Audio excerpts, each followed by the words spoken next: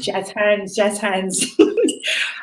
Greetings, everybody. Greetings, and welcome to Real Talk with Simply Deez, Tuesday, the 2nd of July, 2024. Mary. Some of that, Shell, some of that.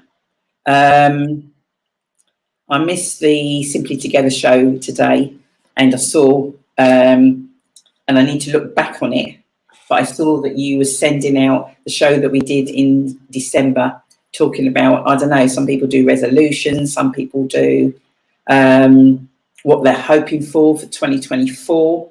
I know I probably had quite a lot to say then, and I thought whether we do a recording or we do something, because obviously I've got plenty to say. Got plenty to say on that. It would be remiss, if that's the correct word, but it's going to be a thread throughout this evening. Those that watched our show in June know that there was a few of us that went to Barbados on a retreat, and that was kind of a little part one, just a little sprinkling. We're back tonight. We're doing a little bit more, sprinkling some of that dust, and you guys are going like, hang on a minute. That storm, Beryl. Yes. Didn't it hit? Yes, it did. And it's still doing a lot of damage. I believe they're saying it's category 5, which is, I don't swear, bloody high. And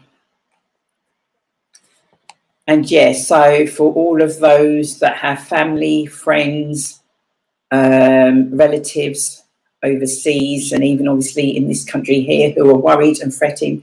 I'm speaking to a colleague today, and he's got family in Grenada, and yesterday there was no electricity, no water, so you just cannot imagine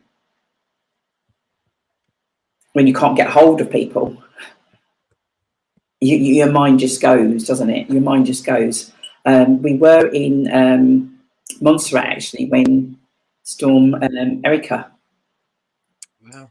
Yeah, that was a few years ago. We were in Montserrat, and quite a few moons ago we were actually in Florida when, do you remember Katrina?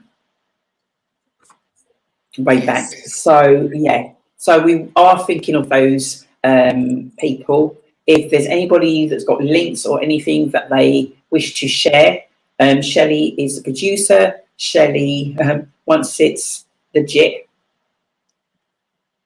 we will check, because there are people that do things that they're not supposed to be doing. So we will check that. But please, please, please, any messages of anything whatsoever, this is interactive. We want you to engage. Do we have our first guest, Shell? She's still not. No, I've just tried to send her a link right now because I can see that she's about. I can see because she's just left a message on the show link on Facebook. So I've just sent her a private message now to make sure we can get her link working to get into here. Okay, so somehow naturally you only give the producer very little time to do stuff. If you give them too much time, they will abandon the show. Shell messaged me probably about 10 minutes ago, said like 6 guests, yeah? My 6? No, there wasn't, was there? I think we're nearing double figures. So the show is absolutely packed. So if it seems that we're keeping things moving, we have to. There will be a part 2. We will get some people. We will get some people back. We have Kerry Sullivan in the house. Woo! When people try to avoid you, they know it can't happen. They know it can't happen. So this young lady, talent upon talent upon talent upon talent upon talent. For some unknown reason, I'm looking twice. Is it echoing for you? It's echoing. You're repeating Okay, so have you got it on your phone? No, I'm on my laptop. No, you probably, Laptop. maybe that's why. Yeah, you're on twice on your laptop. So whilst Kerry is just trying to, because she doesn't like the sound of my voice, guys, please, as they say, share the love. Show us you're here. Let us know where you're from, because not everybody is from Luton. Not everybody is watching from Luton. We are global. As I said, we are going over to Barbados, hopefully a couple of times this evening. And that's to just catch up with some people that we met back in May. Kerry Sullivan, Angels Events. Anyone heard of Angels Events? Anybody used Angel Events? I'm sure you have. Kerry is going to be on, and she is promoting an awesome event. Shelley and I are still deliberating at this point whether we are. Look at her. Well, I don't know why she's laughing. I did used to dance. I did used to dance. Okay, Kerry, get on quick. Got that? Not necessarily this style, but well, we're going to get to Caribbean style. But yes, I did used to dance. I used This to is do sounding ballroom, better Latin, and disco. at the moment. So the event, it's a strictly Caribbean dance competition. Okay, it is on, when is it, Shell? Tell the guys. So it's on Sunday, the 11th of August. Doors open at 5 for the event to start at 6. It's at the Luton Rugby Club. Kerry's definitely got herself into the Luton Rugby Club. I think she does all of her events and stuff there because it's an amazing space. You know, it's just kind of out of town, but not too far out of town. Yeah, ideal. And to book in, you've got her telephone number in the comments. Because there's Do we know how much it's our, Shell? No, not at the moment. It was just then. Let me have a look on her page. Shell's going to have a look, guys. Shell's going to have a look. So for those of you that are watching, we are live on Facebook, Simply Deez Events. We are also live on our YouTube page. Please, as they say, and subscribe. Please share, friends, family, with all your contacts. This is going to be, as I forgot to remind them last time, you need to strap yourself in because this is going to be another roller coaster of a show. I'm going to see, because obviously Kerry's having... All right, so tickets are £10. They're £12 if you pay on the door. And this is all raising money and presented by St Kitts Nevis and Friends Association. Mm-hmm. So, yes, that's where all the monies and bits and pieces. Okay, so just letting you know briefly, Kerry is back on. Woohoo! You know you're on mute, Kerry. Hold on. Just do not ask what has just happened there. I've just thrown my laptop out the window. Okay. So I'm now on my mobile. So when they say where there's blame, there's a claim. She's not claiming from Simply Deez for the laptop. He has just thrown of said window. So we've just read the sort of like details we've got, as in like the date, the time. But people are going like, what? Strictly what? So do you want to just tell us? Right. Evening, everybody. I am hosting the third event for St Kitts and Nevis committee group on the 11th of August this year at Luton Rugby Club. It is Strictly Come Dancing Caribbean dance competition.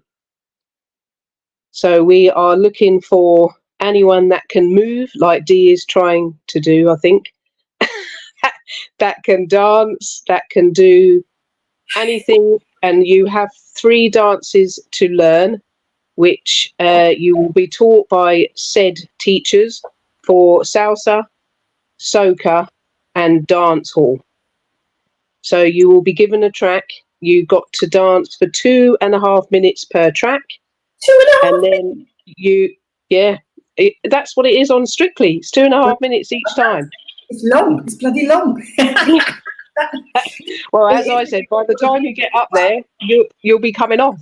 So, and then you are judged by 4 local judges that have all dance experience, and then it's a fight for the winner takes all. So there are prizes for first, second, and third, and you are paid to take part, as well as if you come first, second, or third. Wow. Okay. There's some major incentives there, guys. As you can see, somebody's put on there, I do believe it's Shelley. I guess all the Simply Deez girls need to do this. Absolutely. I totally agree, Shelley. Well done. I have been considering. Good. Okay. That's what I like to hear. That's what I like to hear. I'm serious. I have. At the end of the day, I'm not taking myself seriously. I'm not, looking to win, but I'd like to participate. Yeah. Absolutely. That's what I like to hear. That's what I want to hear. It's like I said, it's a fun evening. There is also food available at the venue also, which is obviously Caribbean food. Mm-hmm. And then it's like I said, what else do you do on a Sunday evening apart from sit at home watching the TV? So come out, have a good night, have a laugh, as well as we want bums on seats, as we call it, for the viewers, but we also need participants. So let's see how we get on. Somebody I know. That's what I like, Simon. You're participating because you might be the one. He's asking like how many hours a week. So did you say there's training? There is training. There will be training. Well, we've got 6. What have we got? 6 weeks. Well, 5.5 weeks left. So the last 2 weeks or so, we will be hiring a venue where all 3 teachers, fingers crossed, will all be able to teach you in maybe either a Saturday or a Sunday, because obviously a lot of people work during the week. So we left it to a weekend where hopefully everybody is available. Okay, that makes sense. There's a few people, I actually know them, that are writing quite a few comments on there. I don't know what they're playing at. If only I could. I don't know what that means, Veronica. Yeah, I don't understand. I don't understand that sentence. I understand. I'd love to take part, Kerry. So yeah. Look, if I'm doing it, I am taking it seriously. I don't want to look like a total, but I'm not as in like, I can't, do you know what I mean? I'm not a dancer. I'm not a dancer. But I've seen you dance. Okay. Then, producer, can you mute Kerry? Can you put her on mute? Put me on mute. Yes, you. I've seen you dance. Simon's put, they'll pay me not to dance. So please, Kerry is on. We've got the Simply Together show. Kerry will be back on there before the actual event. We'll get you back on there again, Kerry. Guys, you're all out there and you're all kind of like, oh. Why not? Exactly. Come on. I want somebody to give me a very good, legitimate reason why they cannot participate. Yeah, so would I. But it's like I said, it's a good laugh. This is their 3rd event that they've done. The last 2 were just absolutely fantastic. The judges were really good. There was, the Craig Rebel Horwood, as we called it, the miserable one. But they all played their part. But it was just a great turnout and a great 2 great shows that they've done. Excellent. So people wanting more information, we've got it going across the screen there. There's Kerry's Facebook details. Instagram details, and also that number on there. Do you want to read that number out, Kerry, for those that can't find it? You can give me a call on 07534 04 0094, and then find me on any kind of social media, either under Angels Events, which is my company, or my personal name, which is Kerry Sullivan, and then just drop me a message or give me a call, and then I can talk it further through with you. So get your dancing shoes on, Shelley. So for those people that are going, oh, I missed that and I didn't get it and all the rest of that jazz, do not worry, because we at Simply Deez have all the information that you require, and we will connect you up with Kerry. Thank you. We'll connect, no problem, darling, no problem. So with that, my gosh, you're getting trained, because I was like going like, oh, I don't know. And it's like, now you're getting training. I'm like, yeah, see. Come on. Proper dance teachers. Submitting a team for this. What I'm going to do, I've got somebody waiting in the wings that I'm going to bring on in a moment. I'm going to see who I can kind of like, not twist their arm, but twist their arm. And so there are two options. They're either participating or attending, one or the other. How's that, Kerry? Absolutely. Yeah, perfect. Absolutely perfect. That's fair enough, isn't it? That's fair enough. So, Kerry, thank you so much for coming on. Not good at... You don't have to be choreographed. You don't have to be. You don't have to be. Believe me, I've got 2 left feet, and they're still trying to talk me into doing it, and it's getting there. They keep on at me, and as I said, you don't have to be a professional dancer. Kerry, you do it, I'll do it. How's that? Perfect. Is that a deal? We can do that together.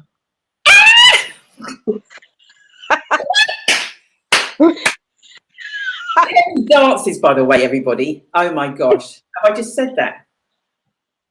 I don't think you just said that. I think I've just thrown that out live on the show. If Kerry Sullivan participates, I will do it also as well. So there you go, guys. Remember, I'm getting paid. Exactly. That's what it's come to, guys. That's what it's come to. I will do what I need to do. You can. How about coming and having a laugh? You want to have a laugh? Or how about coming and supporting? Because all this money. So, Kerry, for now, I'm going to have to let you go, sweetie, but we'll get you back in the show. I've got a young man who I met in Barbados, and oh my gosh, please, please, please, even if you've got the show on in the background, guys. Yeah, I was going to say, I'm going to wait for him. Amazing. I've got loads of people that are going to blow your mind today. So thank you so much. Here he is, Darren LeBarrett. No problem. Thank you for having me. Bye, Darren. Take care. Take care. Bye-bye. Cheers. Bye. Bye-bye. Aha. Well, well, well. This young man thought he was clever and thought he was going to get away from me last month. I'm thinking, he all good. There is another month. Greetings, Darren. Greetings. How are you? I'm good, thank you, Dee. How are you doing today? Do you know what? I'm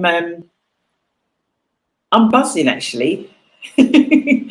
I'm proper buzzing. Buzzing off what? Life. Glad to hear. Don't get me wrong. That don't mean it's all good and it's all blessed. But do you know what? So many things are happening right now. I am grateful and thankful and blessed. So I'm rolling with that. Started off the show, which will be going through the show. Corey's coming on, hopefully. Okay. Today. And you know Delia from Ocean View Retreat? Delia? Barbados? No. No? So bad with names, I need to see the face. Oh, I met so many people over those weeks. You would not forget this young lady. You would not forget her. She's coming on also as well. So we know all about the storms. I've spoken to some people that are out in Barbados, and it has passed through. I think there's been some damage, obviously, in certain areas, but they've pretty much, somebody can tell me if I'm wrong, got away, not too much damage compared to obviously some of the islands that we're starting to hear about. So time is of an essence, Darren. I know I'm going to have to get you back. I'm going to have to get you back another time. But you're not on for an interview. You must know that. I don't do interviews, can't interview. Okay. But it's very important that we lay a foundation before we get into anything for the guys out there that are watching. They need to know who I'm talking to. Okay. They need to know a little bit of your background, so that way then when we've laid that foundation, when you come with what you're going to come with, it's like, okay, not just some random guy. They don't even know nothing about you. So Darren, I need you to peel back some layers. Where are you from?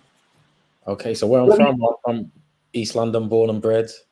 Okay. That's where I was conceived. That's where I was delivered. One. That's where I spend most of my days, when I'm in the UK, East London. So yeah, man, that's where I'm born and bred and raised, but you might find me in different places around the world now. Like, we connected in Barbados. So I get to travel and teach and educate people primarily about mushrooms, and health and well-being and the therapeutic potential of mushrooms. Hang on a minute. Yeah, we met in Barbados. Yeah, I know you've got something to do with mushrooms, but you didn't just you were born in London and then mushrooms come along. What's your background? Okay. So my background, how far back are we going? Like, we're going from birth and moving forward, yeah? I peel back like an onion, but I'm going to need to kind of I'm going to peel you back proper another time, but kind of let's go from sort of you left school and whoa. Yeah, man. Well, I left school. Bear with me 1 second. Let me just close this door. For those of you that think I'm drinking tea, I'm drinking mango wine. Shh.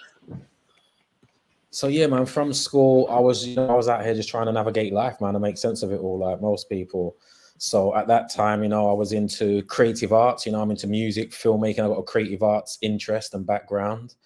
And then between me and a few friends, as we moved into, our late teens, early 20s, and realized there weren't many foundations for us, and wasn't inspired to do 9-to-5 jobs, in all honesty, we decided to come together and just put together community orientated projects, trying to fill in some of the gaps that we felt we had when we were young teens. And that started doing a football project. It was how can we find alternative ways for young people to make the right decisions? And that started with a football project that we worked on.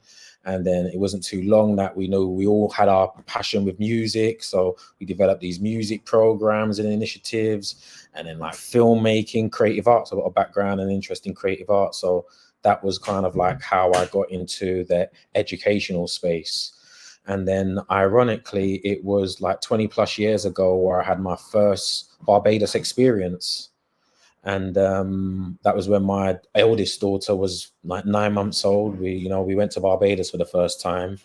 And so I was in the creative arts space doing those projects. And I come to the understanding after reconnecting with the land and my family that those interests that I had as a child in the outdoors, they just kind of got inspired and reinvigorated again. So while I was in Barbados and realized that I came from a bunch of farmers and cultivators, and from the youngest to the eldest people in my family and the community in general had this knowledge and wisdom around food growing, and me having a young child at that time and wanting to provide her with the best start, with healthy food options, I felt like I missed out by, being born and raised in the concrete jungles of East London. And after that first visit 20 plus years ago to Barbados, I returned to the UK and just kind of started re-educating myself, man, and signed up for a local volunteering initiative that wasn't too far from where I lived at the edge of Epping Forest, and started volunteering for this organic food program. And then I signed up and done a level 1 course. I basically went back and learned how to cultivate food, man. So I've done a level 1, a level 2. Now, how old are you at this point? I'm in my 30s. I was in my 30s at that point. Yeah, man. I was in my late 20s, early 30s. And it was just a hobby. It was actually just a hobby. It was the first time I actually had a garden. I grew up in a block of flats, most of in my life, growing up. So I had a block of flats, I had a balcony access, and then leaving home, I moved into a flat and I didn't have didn't even have a balcony there. And then eventually I had a family. And then once we had a family home, it was the first time that I had access to a garden. And then I just got back from Barbados. I'm like, I got this garden. I'm gonna grow food, man. And like, but I didn't know how to grow food, so I thought, let me go do this volunteering program. And that volunteering program led to me doing some training, becoming qualified. And during that process of me actually doing my training, my tutor at the time was like, oh, we're actually developing some outreach programs where we would like to engage young people. And they were having some challenges because, like, for the most part, a lot of them were not from London originally. They didn't really know that, they didn't know East London like I knew East London. And they was like, and because I had this background in doing outreach work through sports and creative arts, they was like, maybe we could combine our powers. And, you know, if I took that skill set that I had of community engagement with this new skill set I was learning of organic food growing, we could develop this pilot program and start educating children in organic food growing. And that was like the beginning of it. So I was literally doing my training, and then like the following week I was educating like young people, 13 and 14-year-olds. They were like, you know, students, like what they would call the hard to reach. How long ago are we talking, Darren? How long ago? Yeah. So yeah, this is just soon after. So this would have been like 13 years ago. Yeah, even more than that. Yeah, more than that. 15 years ago. Yeah, it was it's like, just something that I'm thinking some people are starting to do that now, but I'm thinking if you've done that back then, where would we be now if that was still being implemented? And yeah, well, you know, with that said, you know, there are, you know, like, it's obviously it's becoming more popular, it's becoming more widespread for all different reasons. But at that time, you know, I was one of a very few, you know, people of color, black people that was engaged in this project, and there weren't no young people involved in the project. The young people that was actually involved in the project were my children. So by that time, because my children were actually homeschooled. So while I was training, I was bringing them along on the training, and this was an amazing 12-acre site. It's actually in Chingford, organically, big up organically, you know, out there in Chingford. But they had this 12-acre site, which I felt comfortable that when I was doing my 2, 3, 4-hour class shifts, that I could just let my children run around in this in nature, and, you know, and just observe and learn from nature. So they were doing that. They were learning, I was learning. And yeah, that's kind of like was both of our schools. So I was in and out of there for like 3 to 4 years of training.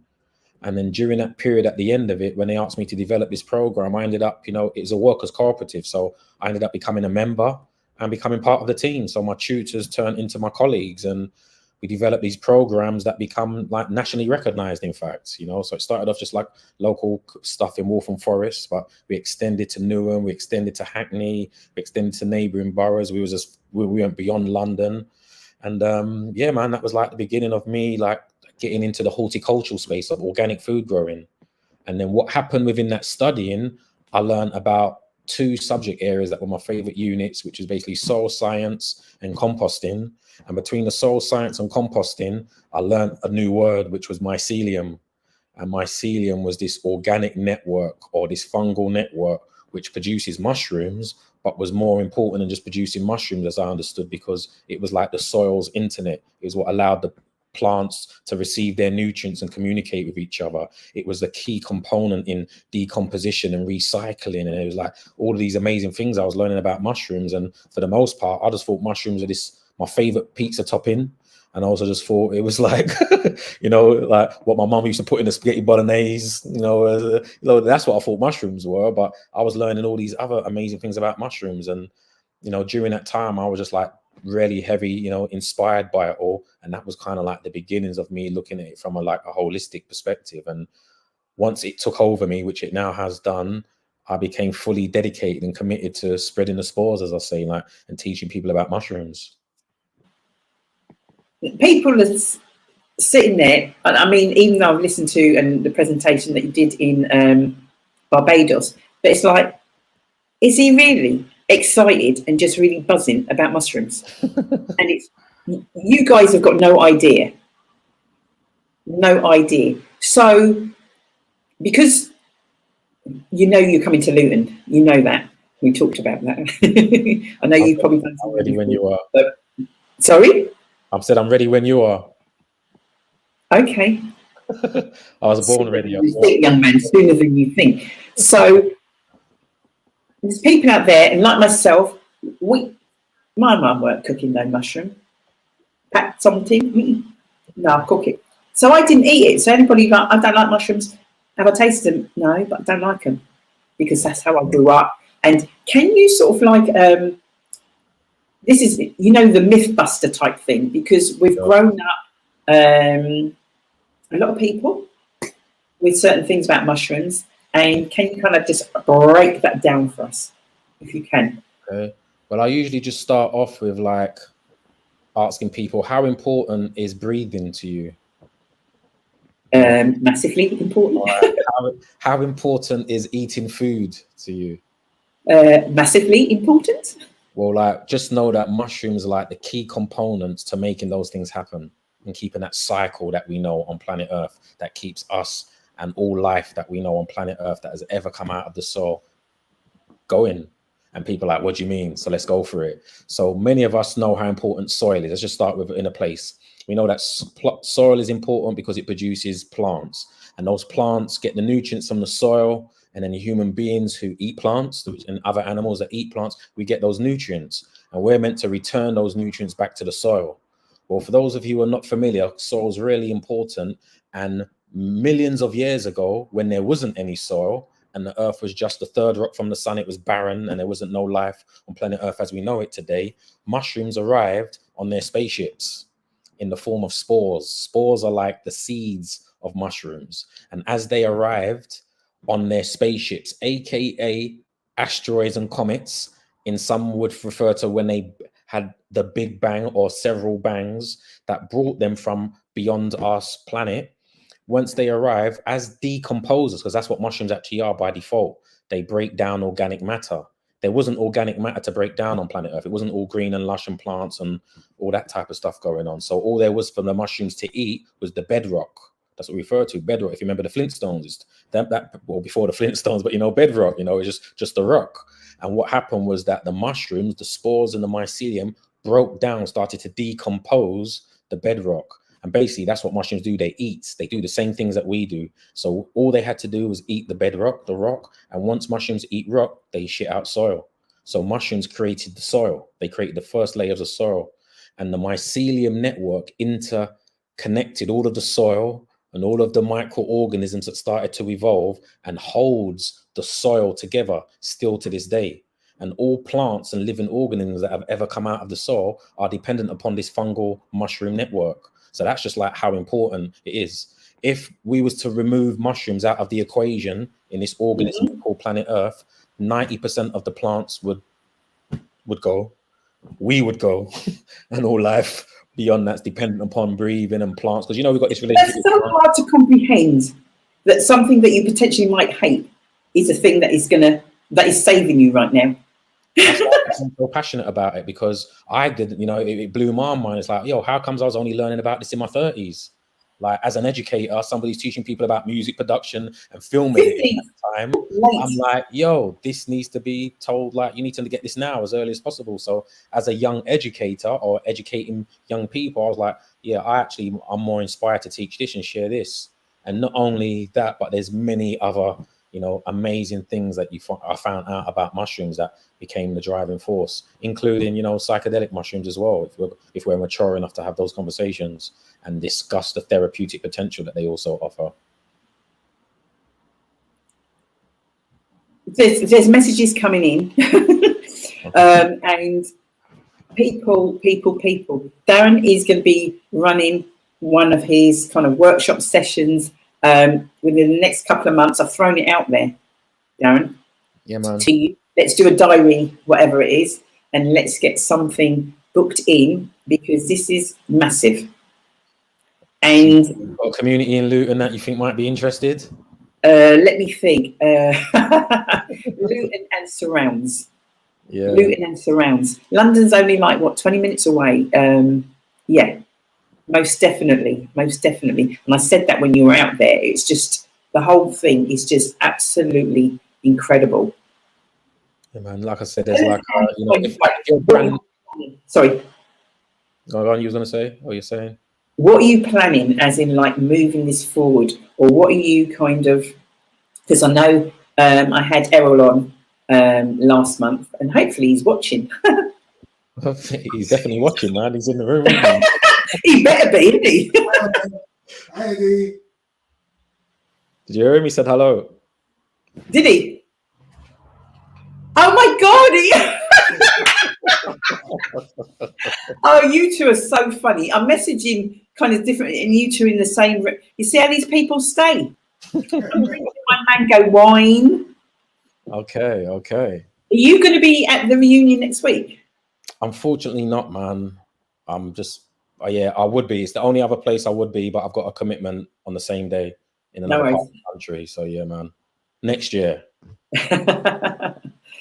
But what's on the horizon? So D, like obviously I'm new to your community, but this is all I do, man. I'm a mushroom educator. I don't do anything else but this. So I've kind of been doing, not kind of, I've been doing this for like 15 plus years. I go around the country, I now go around the world educating people about mushrooms. Everything from one, what they are, how to cultivate them, and how to find out and integrate the benefits that mushrooms bring into your life. And that could be anything from, as I said, learning how to bring them into your garden to help with your soil, and or learning how to cultivate them to sort out your anxiety, your depression, your diabetes, you know, because these are all some of the things that mushrooms bring to the table. As well as, you know, as I said, I have mature conversations with people about psychedelic mushrooms and what they actually bring to the table. There is something that people are coining as the psychedelic renaissance, where there's a lot of research now that's become available to the public regarding the therapeutic potential of psychedelic mushrooms and what they bring to the table. So yeah, man, I'm just like that's what I do, man. So what's on the horizon? Every week I'm doing a workshop somewhere, man, somewhere in the country, somewhere around the world. And like people are always invited. Like this coming Sunday, I've got a workshop in Hackney, East London. The following week, why I can't be at the reunions, because I'm at Noisley Festival doing a series of workshops there at a festival. And then every other week, because it's festival season, you know, I'm going to be at several festivals. But every other week I'm doing a workshop in London, either East London, South London, North London, West London, like somewhere just talking about mushrooms, you know, or when I'm more than talking about, you know, teaching and educating people about mushrooms. So when you go to my platforms like Instagram, Facebook, or, you know, my website, you can find out the different workshops that I do. But when I met you, I was actually, you know, in the process of developing, you know, our Barbados immersion, you know, and that's like where I'm trying to, you know, get people to, you know, get the healing properties of mushrooms, but also get the healing properties of the sun at the same time, you know, which I come back to this summer, and there's not a lot of it here, man. So trying to get people to wear the sun out. I may have had it last week. You know, like just to throw one out there, like we all know how important the sun is, and when people like ourselves that are from the sun originally have a lack of it, you know, it makes us sad, you know. But we always talk about, you know, vitamin D deficiency, you know, so the idea of not having the sun, how it can become depressing, and then if you have a lack of vitamin D, it can also affect your mental as well as physical health. Well, did you know that mushrooms are the only non-animal organic form of anything that can absorb sunlight and vitamin D, and you can eat it? There's no other food. You can't name any other non-animal product. Cod liver oil, there's some other bits and pieces, but for all my plant-based and vegan people, that's why mushrooms have become so trendy. And, you know, for people who need sunlight, you can eat sunlight by eating mushrooms. You are adding to my numbers, my followers, Darren. Unlike your colleague there, Errol, we noticed that the numbers went down last month. I don't believe that. I don't believe that. Let me tell you something now. They did. Bring him on. Sandra Moore. Shell, can you bring Sandra on, please? I'm not even joking. Sandra's the next guest. Hello, Sandra. Hello, how are you? I'm good, thank you, man. Good to see you. Yeah, and you.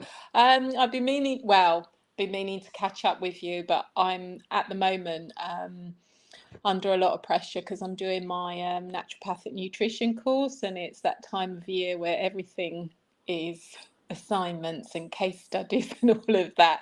Right. But one of the recent lectures was about mushrooms. So yeah, what you've been saying about mushrooms is yeah, they're phenomenal. They're an amazing superfood, really. That's right. Yeah, they bring.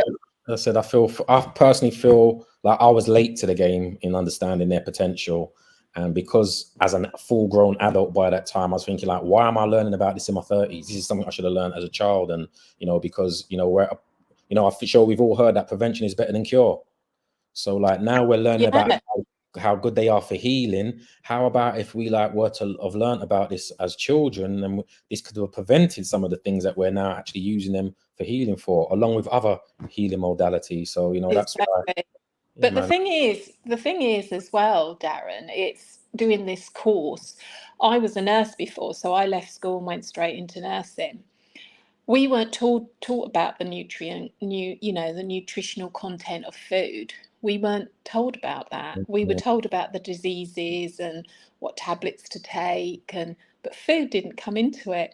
And I'm in my later years, and I've just finished a lecture on insulin, and I'm like, oh my gosh, we hear about diabetes, we hear about this, but people are not actually told how it works, how it affects the body, how what we eat will affect, whether or not there's insulin resistance or insulin sensitivity.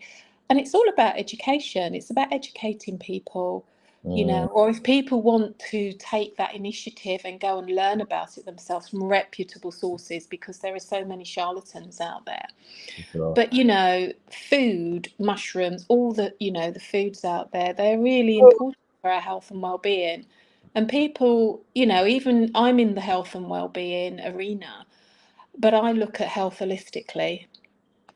So, you can do meditation, you can do breath work, which is a lot of what I do, but without the nutritional foundation, there's no point in doing any of those things, because you're only treating one part of your body, you're not treating the whole. So, mushrooms has its place in there, and I think that it is the next big thing, because so many companies are out there are doing mushroom coffee, mushroom this, mushroom that, so yeah, I commend you for what you're doing. No, I appreciate that. Like, I've come to understanding that like they're the first and the last. They've always been the first and the last, but not recognized as it. As I said, they're the first to create the life on planet Earth. And Exactly. when things are decomposing or dying, transforming, they're the ones that turn up to turn that into something new. Like, just that cycle in life is really important. Just the fact that for all these years we've been told that they're bad, negative, or useless, and have no, like, yeah, I feel like, yeah, that's why I'm out here doing what I'm doing, and have been there's such a lack of knowledge and awareness of this stuff. So it's allowed me to like teach just the basics, and that in itself is like eye-opening for people. So yeah, man, it's important. It is important, because we've got the receptors in our body for a lot of the sort of phytonutrients and other nutrients that are in there. But it's not just mushrooms that we've got receptors for. We've got receptors for other products that are demonized, because the body needs it. I'm not going to say on Facebook because I want this, because I just don't want to have any trolls or anything. But there's a particular herb out there that they've demonized for so long, but they're now finding out the beneficial properties. You got it. So, so that's what I'm an advocate for. Like, let's not, get to the party late, and by the time we get there, there's people who already drunk the drink and eating the food and taking advantage of it. And then we're like, yo, well, what's going on? There's none left for us. But they've been telling the food's not good, the drink's not good, but they've been drinking the food and, drinking the drink and eating the food. So yeah, man, that's like where I'm at with, just educating people, just like giving people a heads up, like this stuff is out there, it's trending now. And like, rather than wait for the trends, like we should have been on it from earlier, but let's not rely on the trend either to guide us and to learn more. Like, let's just like really dive in. Yeah, and I've dived in, and me and Errol have been going around meeting people since we've returned, and everybody we meet in this space, they say the same thing. Once you get a little inkling, whatever your angle is with mushrooms, like we just had a meeting with this guy, and he just takes photographs of mushrooms. That's all he does, and all he keeps on talking about is all of these uncovered mushrooms, mushrooms that people wouldn't even consider, that have all these therapeutic and healing potentials that we would just walk past and dismiss. So whether it's just taking pictures of mushrooms, cooking mushrooms, growing mushrooms, there's so much. Oh, it's great. And in the autumn, I mean, many years ago when I was married, we used to go out annually, sort of around October, November times, and we had our mushroom book, and we'd try and identify them. Now, I wasn't brave to eat wild forage mushrooms, but my husband and his family were brave. you know, and they used to try different things and try different mushrooms, and I wouldn't try them because I thought, well, I don't know if that one's poisonous because it looks close to the poisonous ones, you know. But there are a lot of foraging companies out there now that take people out to forage for mushrooms, so you know, they're the experts. So that might be a gentle way of getting people interested by going on to these foraging courses. You know, and they're quite big, because there's one that I'm looking at to book for truffles, because I also like truffles, to go out. But there's all of that out there as well, and maybe you could even run your own foraging. Well, ironically, yeah, we actually do. That's one of our packages. I'm far from a foraging expert, but I'm connected with loads. As I said, once you're in this mushroom space, you meet them all. So yeah, no, that's one of our weekend and weekly programs that we do over the bank holidays is a foraging activity that we usually do in October, the mushroom season, where excellent. we go out foraging on day 1, and day 2 we learn how to cultivate. So if you went out and you know what you're doing with people who know what they're doing, they teach you what to do, then you can go through the process of elimination to make sure you know what you've got, and then you can basically learn how to cultivate those mushrooms and save yourself a penny or two as well, because you know you can grow mushrooms on what we would consider waste that could end up in trash or landfill. Like, so as I said, it's nature's recycler, and we can actually use it to recycle things that what we might consider rubbish and actually grow mushrooms on it. No, good. I mean, what I'm thinking, Sandra, sorry, because I know time is short, so I don't want to cut you, because Darren's got to come back on. Mushrooms are taking over your show. What I was going to say, is that I'm going to ask Darren to actually run a session at my retreat in Barbados next year. That's what I was going to say. So, yeah, to have it on the program. I'm open to that, man. Definitely appreciate the invitation. Yeah, as you can hear, talk. Both myself and Sandra are doing stuff in Barbados. That's obviously an indication that you need to be looking at what's going on over there. That's where the healing is at. So, you know, I think you've got something happening in September and October. I've got something happening in October there this year, and potentially next year too. So yeah, if you check out my website, you can see the microbiome retreat and immersion, 6 days of mushrooms and wellness and massage and all that good stuff, man. Anybody needs some healing, which we all do, you've got that plus the sun. Come see us, man. Oh, wow. Darren will be back. All his information is running across the screen. If you haven't caught any of that, link up with us and we will share that with you. Darren, thank you so much. Sandra, I don't know if you heard, he will be coming to our shores to be running one of those sessions very shortly. Oh, brilliant. Good. Very shortly. Darren, thank you so much, darling. I'll catch up with you soon. And I suppose I'll see that that geezer next to you soon as well. Love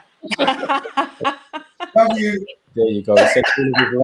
Me too. Thank you for the invitation. Really appreciate it. No problem. Anytime. Take care, darling. All right, peace. Bye-bye. See you back. Speak soon. Errol, I'll speak to you soon. Yeah. Boo, hiss. See you later. Bye. Yeah, oh my gosh. So sorry to kind of like cut purely time. Time is no, that's fine. That's fine. And he's going to come back. There's more to talk about there. But can you see my T-shirt? Oh yes, I'm proud you're wearing it. I know. I was going, what am I? And I'm like, you've got a rejuvenated soul T-shirt, girl. Go get it on. Yeah, I should have been wearing it, but yeah, I came home from work and I hit the books because I'm my lecture. I had to do it, and so I didn't change but no, next problem. Time. No problem.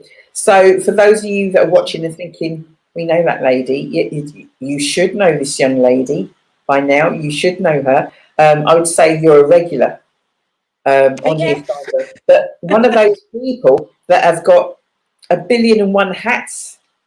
Yeah, but those hats are slowly being. Some of those hats are slowly being put into the wardrobe because we've got to focus now on the main hat, the big brim hat, the fedora, or the.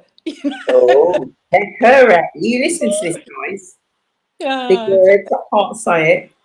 But this young lady is the founder, CEO, and all of that razzmatazz of Rejuvenated Soul. Yes. And this young lady is the reason why many of us have been over to Barbados, never been before, and we believed in you. And we went over there and had an absolutely incredible,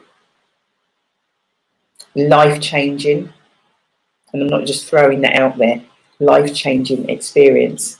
If I went through everything that you did, Sandra, we'd be here for the whole show. Yeah. We would be here for the whole show. So what I want you to do, because I had Darren on, hopefully Corey will be on and Delia will be on. And last month we had Errol and we had Rochelle on also as well. We're talking Barbados. So I'd like for you to just tell us about the retreat, please. Tell us about the retreat and if there are plans to do another one. Yes. So the retreat was an idea of mine. I dipped my toe in the water a couple of years ago and ran a weekend retreat in Hertfordshire. And then the idea, before I even ran that one, I was thinking, or the other idea came to me, I want to run one abroad. And basically, in a nutshell, I reached out to my sister in Jamaica and I was discussing it with Errol, from who owns, him and his family own Shades of Barbados, and he just said, hold it here, Sanj, and that was it. Because I'd been there before, I knew the layout, I felt very safe in Barbados. I thought it would be just the right place to do the first one abroad. And it went, it went smoothly. Errol, Rochelle, everybody that sort of helped to put it together. And obviously it was a very humbling experience for me to take across sort of 8 wonderful souls across to Barbados. There was 10 people in total on the retreat, which was Errol and Rochelle. And it was about giving you all the space to really think about, to heal, to reset. Some of the words that people used to describe it, one was transcendental, and that just, I just felt so emotional that something that I conceived and did. Everyone does a retreat. There's lots of people doing retreats, but for me, it was about allowing people to go within and to come out. And I think you yourself can say that actually happened.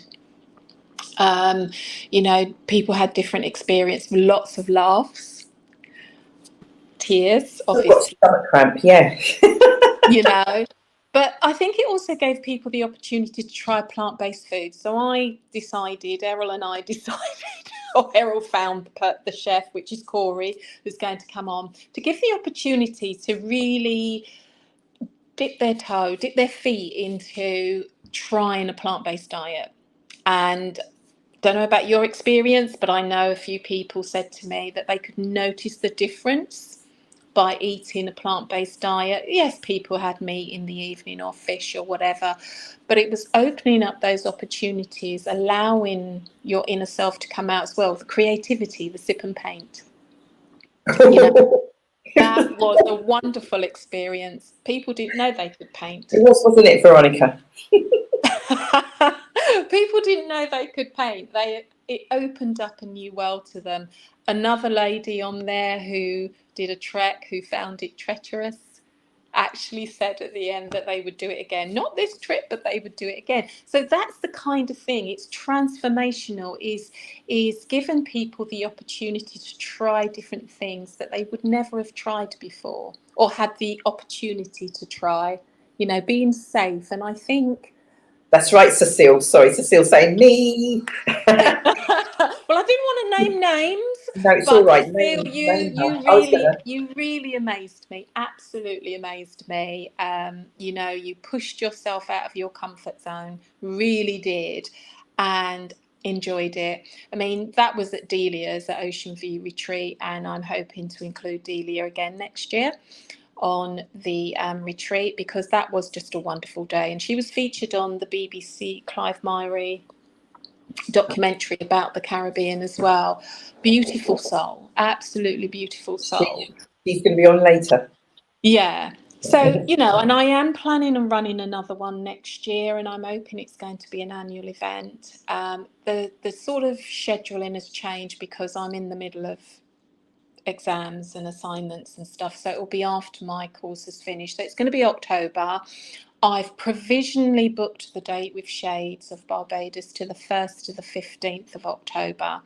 I need to discuss it first with Errol about, you know, sort of the arrangements there, because without Errol and Rochelle getting the arrangements in place, the transport, finding the chef, you know, Corey, and having a sort of people on the ground out there, it would have been tougher. So I'm grateful to, you know, Errol and Rochelle and the team out there that helped to really make it go smoothly.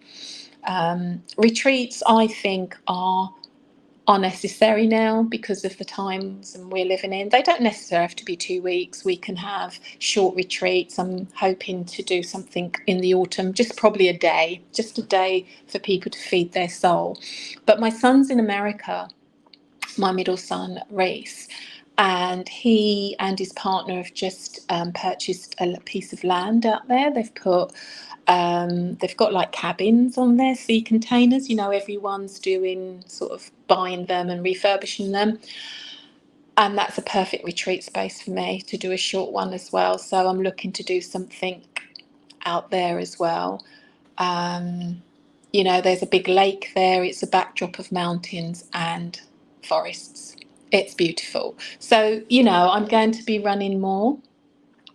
And hopefully the first experience abroad, and I have to say it was a beautiful group of people that went out, you know, lots of laughs, we all gelled, we all got on. It was just amazing. So I got a lot from it as well, and I know those who attended got a lot from it as well. So for those of you out there who want to have this experience, watch this space, because as soon as I confirm the dates, confirm the price, I will be advertising and looking to do that from September to give people time to save up the money. And, you know, I thought it was value for money. So, you know, and I'd love for those who attend to say what they thought, you know, whilst everyone's on, just to give a few words of what they thought about it.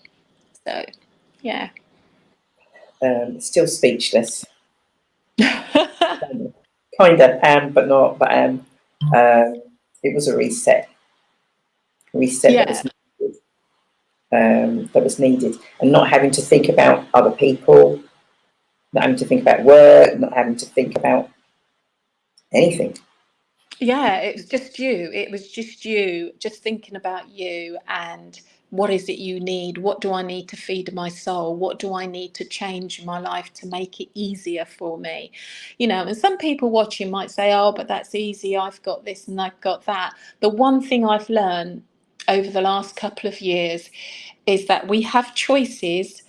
Sometimes we don't want to make those choices because it's an upheaval, it's scary, and that's what holds people back. But sometimes give yourself that space. Give yourself that space to breathe. Allow yourself to see, well, actually, I can make that decision and I can make it this way to make it a little less impactful on myself, because we all want change. My dream is that I can have 3-4 months abroad. My base is here, but running my retreats abroad, helping others, you know, that is a balance that I would like, because there's a big world out there, and I deserve to have peace. I deserve to have that harmony within myself.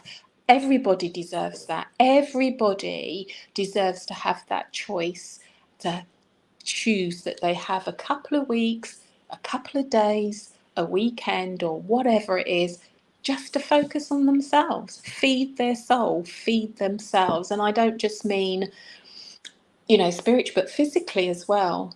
Because as I said earlier with Darren, the nutrition is the foundation of our health, you know, it is, because everything else flows from that. has got so much to say. So much to say, and there's just so much more to her. So, Sandra, all your information is going across the ticker. Your Facebook page, your Instagram page, your email address, that's all going across there. Obviously, if there's anybody watching that wants information, please contact Sandra, Rejuvenated Soul. If you've forgotten it, missed it, or what have you, contact us and we will connect you with Sandra. Are you still running sessions, mindfulness sessions? Are you still doing that? Yeah, on a Monday. I've been doing it now for nearly 4 years, 4.5 years. So online on a Monday at 8 o'clock, I run sessions, meditation and breath work. And it is doing good because the people on there have been coming. There is a few people that have been religiously almost every week, and there are others who dip in and out because of work and because of, you know, their family, whatever. But I've had people, all the people on there now have been coming to me for 3-4 years. I've had a few new starters as well that come along as well. So people are welcome to come along. First session is complimentary, and then thereafter it's £8 an hour. And what we cover off is breath work. I tend to adhere more to relaxation because people are so stressed. So it's more about the relaxation, the breath work, acupressure. So we will have a session on there where we're doing acupressure on the face and the head just to relieve tension. And then obviously the breath work, which helps us to relax, giving you tips of how you can do it silently in a meeting as well.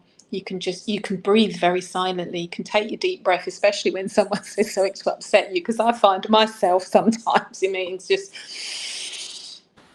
give me that. I'm tired. Yeah, before I respond to something, because I just think you want to come across articulate in a professional capacity. So breathe in first before you open your mouth can sometimes help. So yeah, so that's on a Monday evening. I also do Reiki treatments, and I have a studio that I operate out at in Dunstable. I do Reiki, I do sound. I do one-to-one sound harmonization treatments as well. And you had the benefit of a couple in Barbados, didn't you? We did. Amazing, absolutely amazing. And this is a thing, this is one of those things that, I've heard about for God knows how many years, never tried it. And I'm like, oh my gosh. Yeah, the beauty of it in Barbados, though, is using the natural background noises. Like the second session we did, we had the wind. We had the whistling frogs, the real whistling frogs, not one of my little instruments that doesn't sound nothing like the whistling frog. But, when you hear it and harnessing that and, allowing all of that to seep into on a cellular level to relax you. I know a few people fell asleep, but I just thought, you know what? Knowing how relaxing they were. That's how relaxed it allowed them to be. So, yeah. Definitely. Sandra Moore, Rejuvenated Soul. I'm class of 2024, one of them. We've got a couple more that are watching. So Sylvie, I don't know if anybody else is watching. This really is like a reunion today. Sort of seeing Darren, and obviously got Delia, and hopefully Corey will be on as well. So yeah, all of the Rejuvenated Soul 2024. Definitely. No, thank you so much. You're welcome. On so many levels. You will never know. And this is the thing, when you do things, people will share some things with you. They might not share everything with you, but it was life-changing. So thank you. Yeah, no, I'm glad. I'm glad I was able to be part of everyone's journey. And I hope everyone's making some sustainable change. Yes. They've maintained it. Yes, we have. Yeah, right. Good. I've got my next guest waiting. I'll catch you soon, darling. Take care. Yeah, take care. Bye-bye. Bye. Bye-bye. Sandra Mori in the house. Lord. Hello, young lady. Hello, how are you? I'm good. Have I seen you recently? Wow, that wasn't a coincidence. No, it wasn't. So for those of you who are watching, thinking like, oh my giddy aunt, This is like a roller coaster. She's had a couple of guests and she's still got more. That's right. The show's only just started. I told you to buckle up and put on your seatbelt. And if you haven't, I suggest you do it now. This young lady, Ticey Gallagher, champion. And you know what? You know when you're trying to get hold of somebody and you're doing your utmost. And Shelley, you'll know, have we been trying to get Nando's with this young lady? And me and Ticey are messaging backwards and forwards. I've messaged, as I said after, I'd love to get her on the show. And I know she's busy. She's not just any old person now, you know, guys. She's somebody. And nothing. I thought, she's going to miss the show. And if not Monday, and I've popped into a local store. We're not doing any advertising today. And who did I bump into? And I'm like, So it was a meant pleasant surprise. It was a beautiful surprise. Young lady. There's some people that are like, that name, she looks kind of familiar, not really sure. She looks young, so she can't have done that much because she's young. She's a youngster. What could she have done in such a young space of time? More than some of us have done in a lifetime. Trust me. Breaking a record. Sorry. Oh, Can you tell I like the young energy when I speak to you, Dee. Always. buzzing? I'm like a bee at the minute now. It's only because I've had to. Anyway, I need to sit on my hands. That's what I need to do. I don't know. How do you tell people who you are? I don't know. How do you start? Where do you start? Hi, my name's Ticey. I am the super. I don't know. What do you do? Yeah, so at the minute, obviously, I've won my recent fight, which made me the first ever British super bantamweight champion. Yeah. Let's rewind that back. That made me. No. That's not good enough. Not good enough. The champ. You know what I was going to say? Pack a punch, and I don't know why. It needs to land. Come on, girl. Who are you? Yeah, so I am the Commonwealth and British champion, super bantamweight boxing. But did you not say you're the first what? Yeah, the first ever British super bantamweight champion. I know. Just drops it so casually. We're all like, I know. Yeah, it's massive, to be fair. Obviously, I won my fight in May. So life's been a bit of a whirlwind since. yeah, it has. Yeah. So do people want to know you now? I mean, kinda. Yeah. When it's popular. Say a little bit more. What's that, sorry? Say a little bit more. Kinda. Do people want to know you? They do. Yeah, of course. Yeah, no, I've been really busy, but I've enjoyed it. You know, like this time where I've been going, like schools are asking me in to talk or and stuff like that, which I've enjoyed massively because there's been the odd time when I'm out and people are asking for photos, like youngsters and stuff, and it's like it brings me a lot of joy. This is, if you don't know about this young lady, you'll find in the short period of time that she's on the show today, some of you have met her before, some of them, you met her on the show before. Luke breeds the best boxers. How humble. These are key ingredients. I know. I passed there today. I've never passed there before today. Oh, we need to get you in there, Dee. That's not a problem. That's sorry, my husband's just going to work.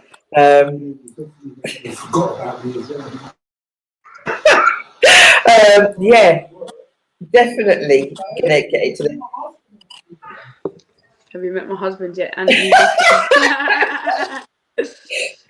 You know what? Kerry's not even joking. When you say I have met AJ quite a few times, to be fair. Oh my God! Don't tell her that, for God's sake. Oh my gosh. So okay, let's strip it back. How old are you? I just turned 26. Yeah, 26. 26. Yeah. 26. What an achievement. So hang on, how old were you? Were you 25 when you won? Yeah. I just turned 26 a few days ago, so yeah, it's 25 when I won, and 24 when I won the Commonwealth. Sorry, the reason I'm next time. is Kerry won't stop now. That's it. She will not stop. She ain't even joking. It wouldn't be so bad, but she isn't joking. I'll have to try and get a little taste or something. You, Kerry, we'll do our best. I tell you what, Kerry is. I don't know if you saw it. We were promoting an event that Kerry's is organising and is part of. It's on the 11th of August. It's strictly, it's strictly come dancing Caribbean style. Oh, cool! Where's 3 that? dances. Rugby club, Luton Rugby Club. No way! I'll try and get down for that. When we try and get down for that, you need to be in it. What do you want about trying to get down for it? In it? No, I don't know about that. Can't dance. I see. I'm only good at boxing. I'm only good at this. I think I am anyway. Give it some moves. Exactly. I've seen some of your moves. Yeah. That's a salsa. Yeah, with some right? You know what soca is? Calypso. Yeah, I know what soca is, yeah. And I know you say you don't tell me you don't know what dance hall is. Yeah, I know what dance hall is, yeah. Look at that. Damn, that's it, the 3 dances. See? You need to be in it. Look at that. I'll get my moves out. There is some training. There is some training as well, Ticey. I'll be a laughing stock, I would. What do you think about me? We'll be a laughing stock together. How's that? Yeah, all right. Double up. Will you do it? Maybe. I don't know, you're putting me on the spot now. That's my job. 11th of August. Don't tell me you're doing something because I know you're not. Look, if I'm going to do it, it's only right that you. I will. It's my sister's birthday that day, but I'll try. It's like starts at 5, I think, 5 o'clock. Okay.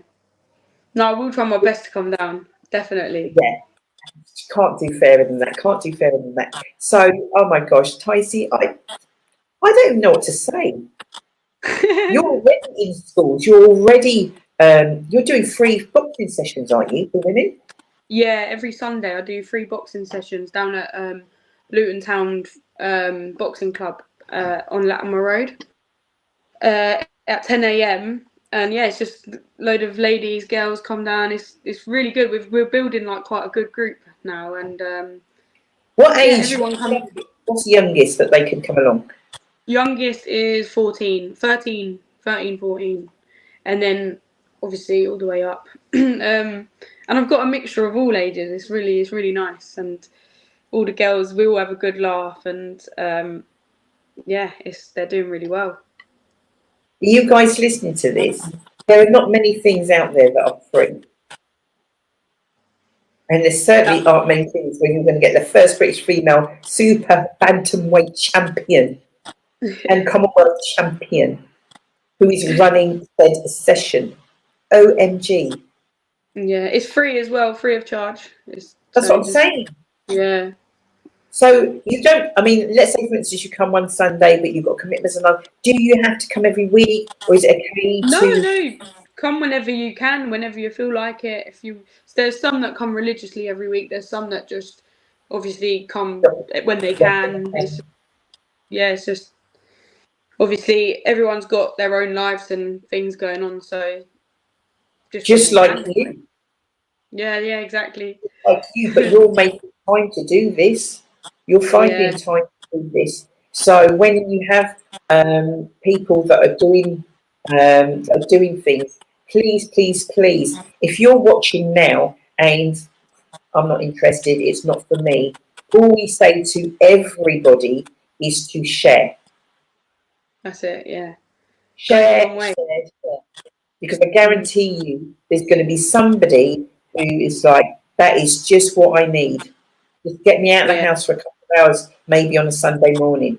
It might be a case of that you've got your grandkid, your daughter, your niece, or whatever it might be. But you know what? They might need to do a little something. Yeah, exactly. Ticey, not only are you doing that, I know you work with Boxing Saves Lives. Yeah. So you're going into schools, and what are you doing when you're going into schools? It's not just teaching people how to box. It's not just that. There's so many things that people are gaining from boxing. Can you just share with us some of those things, please? Yeah, each school, I have different roles in each different schools I go in, and there's some that I do like a group session with children who, not just children, teenagers, who maybe lack a lot of self-confidence, are very low self-esteem, and maybe got things going on elsewhere. And each week we work together, and the difference you see in the is unbelievable. When I first meet a group, say, I won't get a peep out of them, and it's kind of, they don't want to be there, not always, but, and then by the end they are the most talkative, chatty students and feel good, like they love coming to the sessions, they tell me about their week. And when I see stuff like that, it's like, wow, like I'm actually making an impact to these kids' lives in some way. There's some I have one-to-one, and like today I was with a student, a one-to-one student, and she's, most of the session we just talk. She lets off everything to me. I speak to her and just be that kind of positive influence, maybe the only positive influence she'll have that day. This is the thing, isn't it? Yeah, so it's like, what if I, whatever hour, how, and if I can change from you feeling like a really rubbish to okay, then I've done my job. And that's what makes me, it's not about just going in and teaching and boxing. Obviously we do boxing, and we learn like the important, what all the skills and qualities you need for boxing, you need to take into life and whatnot. And but yeah, that's not even the part I'm all over, to be honest. Like, I really enjoy making a difference and making someone feel better and giving people the confidence and self-belief that they need. So you will be in such high demand that we are not getting. Shelley, can you come on, please? Because, like, if we don't get our Nando's in, I tell you what, we ain't gonna.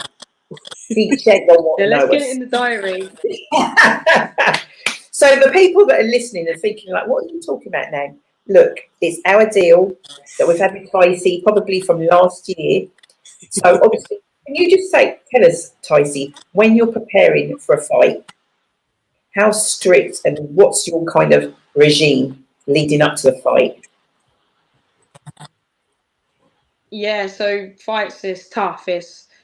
You've got to make a certain weight, and you've got I usually got to lose about a stone to get to my fighting weight, to what my natural weight. And so it's pretty strict with my food, my diet, my nutrition, and it's tough. It's tough. You're not eating good. Like, it's obviously good, healthy food, but boring, dry, and can't have no snacks. Yeah, that's probably harder than the boxing, making the weight. Wow. So you have a nutritionist that actually makes your foods? when you come up to? So at the minute, my nutritionist he sends me my food each week, Right. and I just have to eat off the plan that he sends, and that's it. So it's not. Yeah, it's not too bad that if you're then actually just stood in the kitchen thinking, what on earth am I going to make? Yeah, exactly. It makes my life a lot easier having that. Although after my camp, I am so sick of meal preps and chicken and rice. I get so sick of it. But so this period after a fight is quite nice to just kind of relax off of that a little bit. So that's why we need to go to Nando's before it's too late. See, I think that would be my incentive of being in the fight is like, I just got to get through the fight. Then I can have some proper food. Yeah, exactly. And it tastes good after a win as well. It tastes even better. Yeah, I bet it was. I bet it does. Yeah. I did see after the last fight, you actually ended up in Chicken George as your. Do you know what? Shouts to Chicken George, because every fight since I've turned pro, they host me and my family and my friends to go there the next day, and they just sort me right out. So yeah, and they've said basically for the foreseeable to do that after every fight. So Wow. yeah, big shouts to Chicken George. That's the place I go after every fight. See, Chicken George is not quite this. I say this out loud now on a show. Not quite the same as it was when I was first going there, because when it first opened in Round Green, yeah, I was one of the first customers that week, and I've been a fan of them ever since. But yes, yeah, they're amazing, amazing family. I think more than a company, they are proper family. Yeah, definitely, and hopefully they open a shop up in Luton. We need it. Oh, yeah, we definitely need it back in Luton. Definitely need it back in Luton. Do you know what I was going to say? For me, I can't remember when I met you first, Ticey. And yes, the boxing, massive, huge, love it. But you, as an individual, are on another level. Oh, Dee, that's really nice. Thank you. No, seriously, you're on another level. And remember, I sort of when I met you way back, and just the way you just hold yourself, conduct yourself at all times. Just yeah, I feel. Thank you very much. I think I curtsy. I think we were in the shop, and I think I said, "What do I do?" I said, "Do I curtsy? What do I do?" And she's like, "Oh, Dee." But I was being I think you might have. She probably would have, yeah. I just feel that just because you're the age that you are, a young, but I hold you in such high esteem that, I was like, I don't know, what am I supposed to do? It's tight. I know it's tight, but I'm like, do I curtsy? What do I do? Yeah, you're amazing. Seriously, amazing. An amazing mother. See you with the little one. And what does she think? Oh wait, the connection's gone there. Is it my side? No, you're still all right. Oh.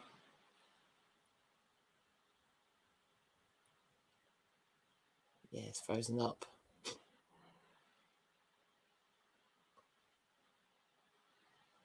She may. We just need to secure that date for Nando's. Yes, we do. Don't tell Sandra Corey or any of the others. Plant-based. It's a plant-based Nando's, by the way. Sorry. Hello? Yeah. Hello? Yeah. I think it might be mine. 1 second. Yeah, it is.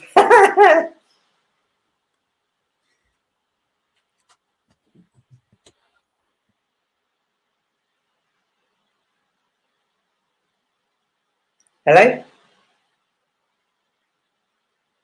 I think she might be. Have I got somebody waiting, Shell? Not yet, no. Did you want me to do... Oh. Looks like it's trying to do something. Yo.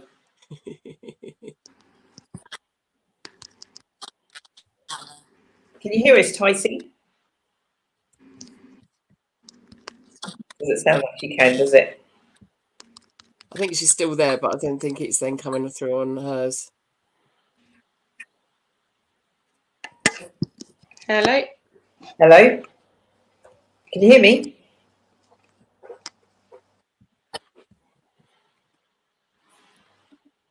No. Can you Hello? hear me? Yes, we can hear you fine. Can you hear me? I don't think she can.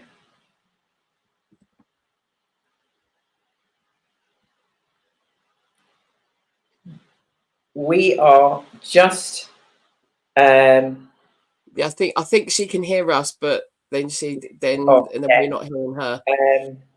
We're just wrapping up with Ticey. We'll tell you how Nando's goes. But you know Ticey will be back. As I said, there's just so much more to this young lady. International Women's Day, booked. Don't know what day it is yet. Don't matter. She's booked. If we have a young people's event, she's booked. Yeah, an absolute gem. Very much so, yes. And definitely champion for the young people. That is men, women, boys and girls. I'd have her literally in my corner any time. So, Shelley, I know I didn't let you know exactly who was on the show so far. I think we may be on the about halfway marker. She's going like, Jesus Christ. My next guest should be, if she's not, is she waiting? Now, yeah. Yep. She's waiting in the wing. Okay. If you could bring her on, please. Doing all right. Doing all right. Katrina in the house. Woo! Hi. I'm going to say, did you want? Hi, team. Bye. Hi. I'm just, Katrina, give me one moment. I'm just wrapping up with this lady. Let's do an intro, actually. Let me do an intro. So Katrina's just come on, Ticey. Hello. Okay, Hi, and I'm Ticey. going to get her to tell you who she is in just a moment and what she's doing. But Katrina, this is Ticey. Where's her little ticker thing? 'Cause I can't remember. She is Ticey. Tell Katrina your title, please. I am the Commonwealth and British super bantamweight boxing champion, professional boxer. Oh, wow. She's the first British, and she was 25. She's just turned 26. Isn't that wow. awesome? That is really amazing. Well done. Thank you. Kind of like, she's just so humble. And she's just like, yeah, no. And I'm like going like, oh my God. One of the ladies said, you know Anthony Joshua. She goes like, yeah, I know him. Hang out. Yes. So, Ticey, I'm having to wrap up with you, darling, because I'm only halfway through my show and I've still got about 4 people to bring on. But before you disappear, Ticey, this is what the show's about also as well. It's for my guests. I want you guys to connect. Okay? Katrina, as well as telling Ticey and the masses out there, pedal, but I just want you to do this while Ticey's on. What are you going to be doing? Today's Tuesday. What are you going to be doing Saturday this week? Saturday, I'm entering a competition for Olympic weightlifting. So I'll be doing that for the British Weightlifting Association. No way, that's amazing. Where do you do that? And the competition's going to be in Birmingham at the NEC. Oh, cool. But I train in Southeast London in Crystal Palace. And there's a few boxers there as well, actually. Really, yeah. I do a little bit of Olympic lifting, like for my strength and conditioning work. But wow, for you to be doing competition, that's amazing. Really good. All the best for it. Thanks a lot. Right, will you send me the Instagram so I can? Her details are going across the screen now, but I will do as well. Okay. Okay, yeah. Well, Yes, we all have the to best. And definitely. I wish you, yeah, good luck. Thank you. Thank you. Nice to meet you. Thank you. So, Katrina, I had to let you drop that because it was important. I wanted you to meet Ticey. Yes, I'll definitely be following her. This is what we want, because sometimes the connections, and then somebody introduces somebody to somebody else, and then someone evolves out of I don't know what, and it's just craziness. So for those Yeah. people that are watching now going like, who's she? Not seen her before on the show. That's right, guys. This is a show, Real Talk with Simply Deez, and we are beaming live, no pressure, Katrina, live on Facebook and YouTube, no pressure. Apparently the producer who was just on, was letting you in, we were on 999,999, and we're just on the million marker viewers. Oh, wow. Well done. No pressure. We're expecting to take us over that million barrier. I'll try. Try it. You've got to have to try hard. I will. I'm only kidding. So for those that are watching, it's like, trust me, ladies, don't think and assume that me and my guests have had all, and they know what I'm going to say, vice versa. I have no idea. I kind of met Katrina probably about 5-6 years ago, and yeah, and she weren't doing a fraction of what she's doing now. Trust me. Definitely not. She weren't doing a fraction of this. So what I need to do before we get into, because I know I just made you sort of say what you're doing on Saturday, before we get there, you need to peel back the layers like an onion and just provide some foundation of like who you are, bit your background, and then we can bring it to sort of like where you're at now, because then it all kind of makes. And sometimes people think people just land where they are, and you know that's not the case. No, definitely not. Do you know what I mean? It's been a journey. So I don't know. Let's take it back. Have you got siblings? I do. I have 3. 2. No, 3. Sorry. 3. For those of you that are watching, this is live. This isn't a trick question that I'm asking. At some stage, she will decide how many brothers or sisters she has. I've got a brother and 2 sisters. And Yes, we all grew up in they Luton. come off. Yeah. We all grew up in Luton, and then we moved to London in 1995. So I was born and bred in Luton. Yeah. Okay, 1995. So you've been up in London since then, and okay, massive change, right? Was a big change. It was, yeah. How old were you? 18 at the time. Okay, so no offense, but you're a big woman. You're not. I'm a big woman, yeah. Did you want to leave? Did you want to leave? Sorry? Did you want to leave Luton at the time? Yes. My mum was debating about it for a while, and I was the one that was kind of like pushing like, come on, let's just do this. At the time, I used to come up to London just to club, but then to move up to London, it was like a big thing. But once we actually moved into London, I was a bit like, oh, like this is all real now. And I felt a bit lost. Had to make new friends, all that kind of stuff. And it felt really weird doing that in a workplace where my siblings were younger, so they was able to make their friends through school. So I found it hard in the beginning, to be honest. And for about 6 months later, I was fine. I was like, yeah, I'm staying here now. Okay. What were you doing when you moved up to London? What were you doing? When I first moved to London, I started temping, just looking for work. So I was working as a housing benefit officer for Lambeth Council for a few years. Then I had my daughter, and then I had my daughter. Then I went into banking for a short time, and then I went back into housing benefits again. So I worked for Wandsworth Council, Richmond Council, Ealing. Did that for quite a while.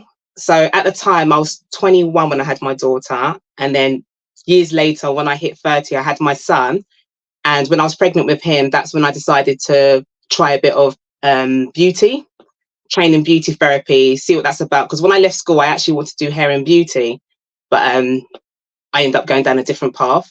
So once I came into London, eventually started training in beauty, I actually really enjoyed it. So I've been doing that for about 16 years now, beauty therapy. So I've worked in quite a few salons all over London.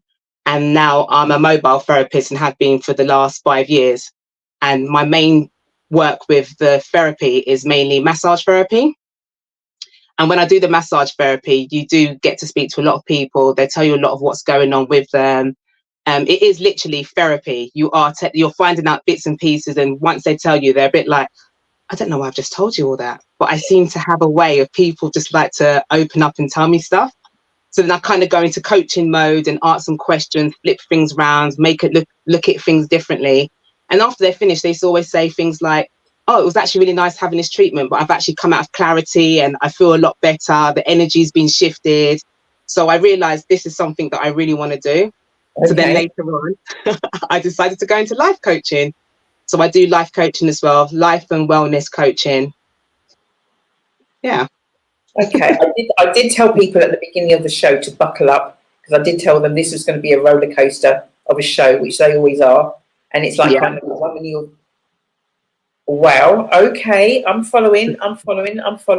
Now, I've seen, Shelley, producer, I hope you don't mind. Did you see, actually, I might need to send you this on my phone.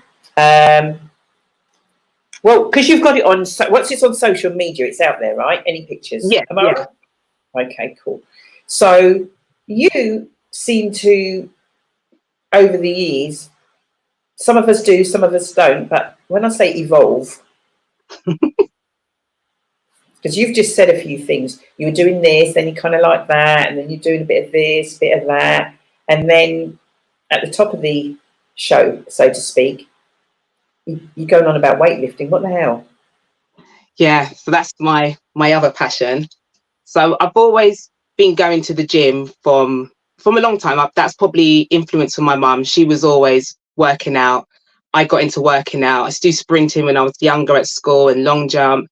And then when I think it was my 42nd birthday, I decided to sign up for a bodybuilding competition. And I had my coach trying to push me into it. Why would you do that? Why? Well, I liked going to the gym to get the pump and feel good. And I thought, I really want to do a body transformation. And I saw friends doing it. And then when I saw them walking on stage in their bikini, I was like, no, that's just too much. I can't be doing that. I was like, no way, I'll be super conscious. No, it's not for me. And the more I watched friends' journey, just going through the transformation, and then I watched my coach actually take part in a bodybuilding competition, I thought it was only going to be men. And I saw women up there and I looked at their physique and I thought, that looks amazing. I think I could do that.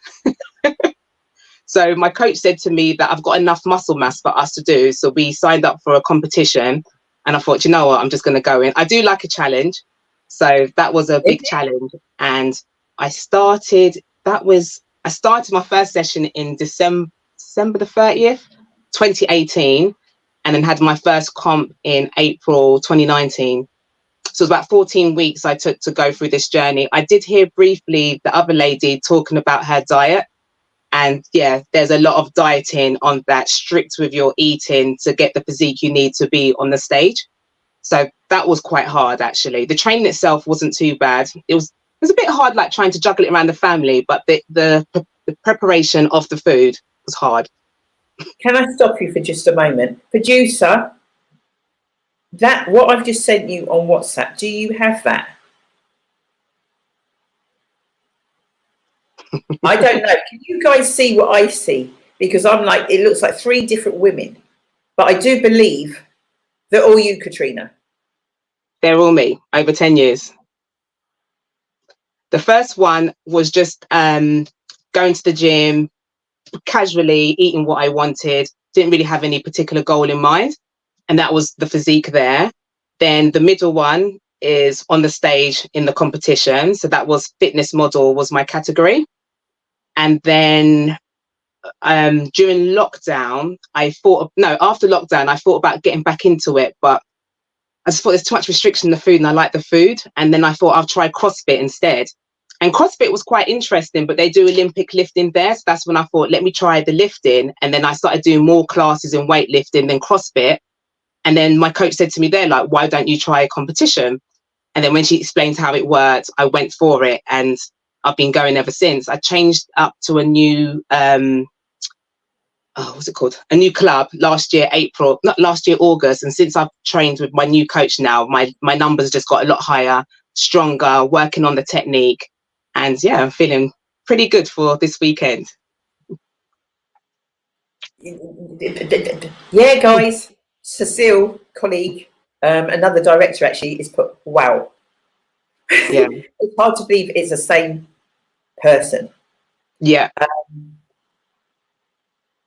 And I find with this way of training as well, it's a lot more easier for me because I don't have to do any drastic dieting. I can obviously eat sensibly to maintain a particular weight. And when you go into your competition, you are put into weight categories. So I go what I naturally sit at, and then on the day you weigh in, and then you go on and do your lifts. You get 6 lifts in total.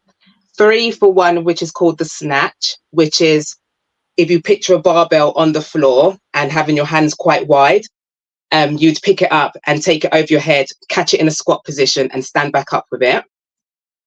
And then with the clean and jerk, you would kind of be in a deadlift position. So your hands are a bit closer and you'd have your legs bent and you would catch the bar on your chest in a squat, then stand back up, re-rack, and then push the bar above your head in a split stance. I've seen it as in the video, because you remember we talked and there was somebody that was making videos and you posted them on, and I'm like, I don't swear and I'm not going to swear now, but I'm like, rah. I'm like, if you make a mistake and you don't quite thing that, are there people there for just grab that thing off you? So is that again, if what, sorry? I said, if you make a mistake, do you see how you're kind of like doing that there now? And it's just underneath your neck. If you make the mistake and it don't, and you've gone back with that, are there people literally there to just grab that thing off you? You got people around the side. It hasn't actually happened as far as I know, because we kind of know how to get out of it. Because if you're here and you go to push it up, sometimes you kind of know to yourself, it's not going to go up. So you kind of push it up, then maybe let it drop and you step back. Yeah. Sometimes there've been positions you've got it above your head and then you might just drop it behind you and walk forward, but they teach you safely how to let go of the bar. It's mainly when we do squats, then you might have someone behind you when you're going really heavy just to catch the weight, because if you squat down, if you can't get up, someone can just take it off your back. But these ones, you're pretty much on the stage by yourself. Okay, so is this just me, or is anybody watching this right now? Anybody out there watching this? You must have some questions for this young lady, because this is all unbelievable. Absolutely unbelievable. So what weight are we talking? What weight? I don't even want to know. What weight are you? Sorry? What weight? So I lift. Oh, so for the snatch, my best is 54 kg. And for my clean and jerk, 67 kg.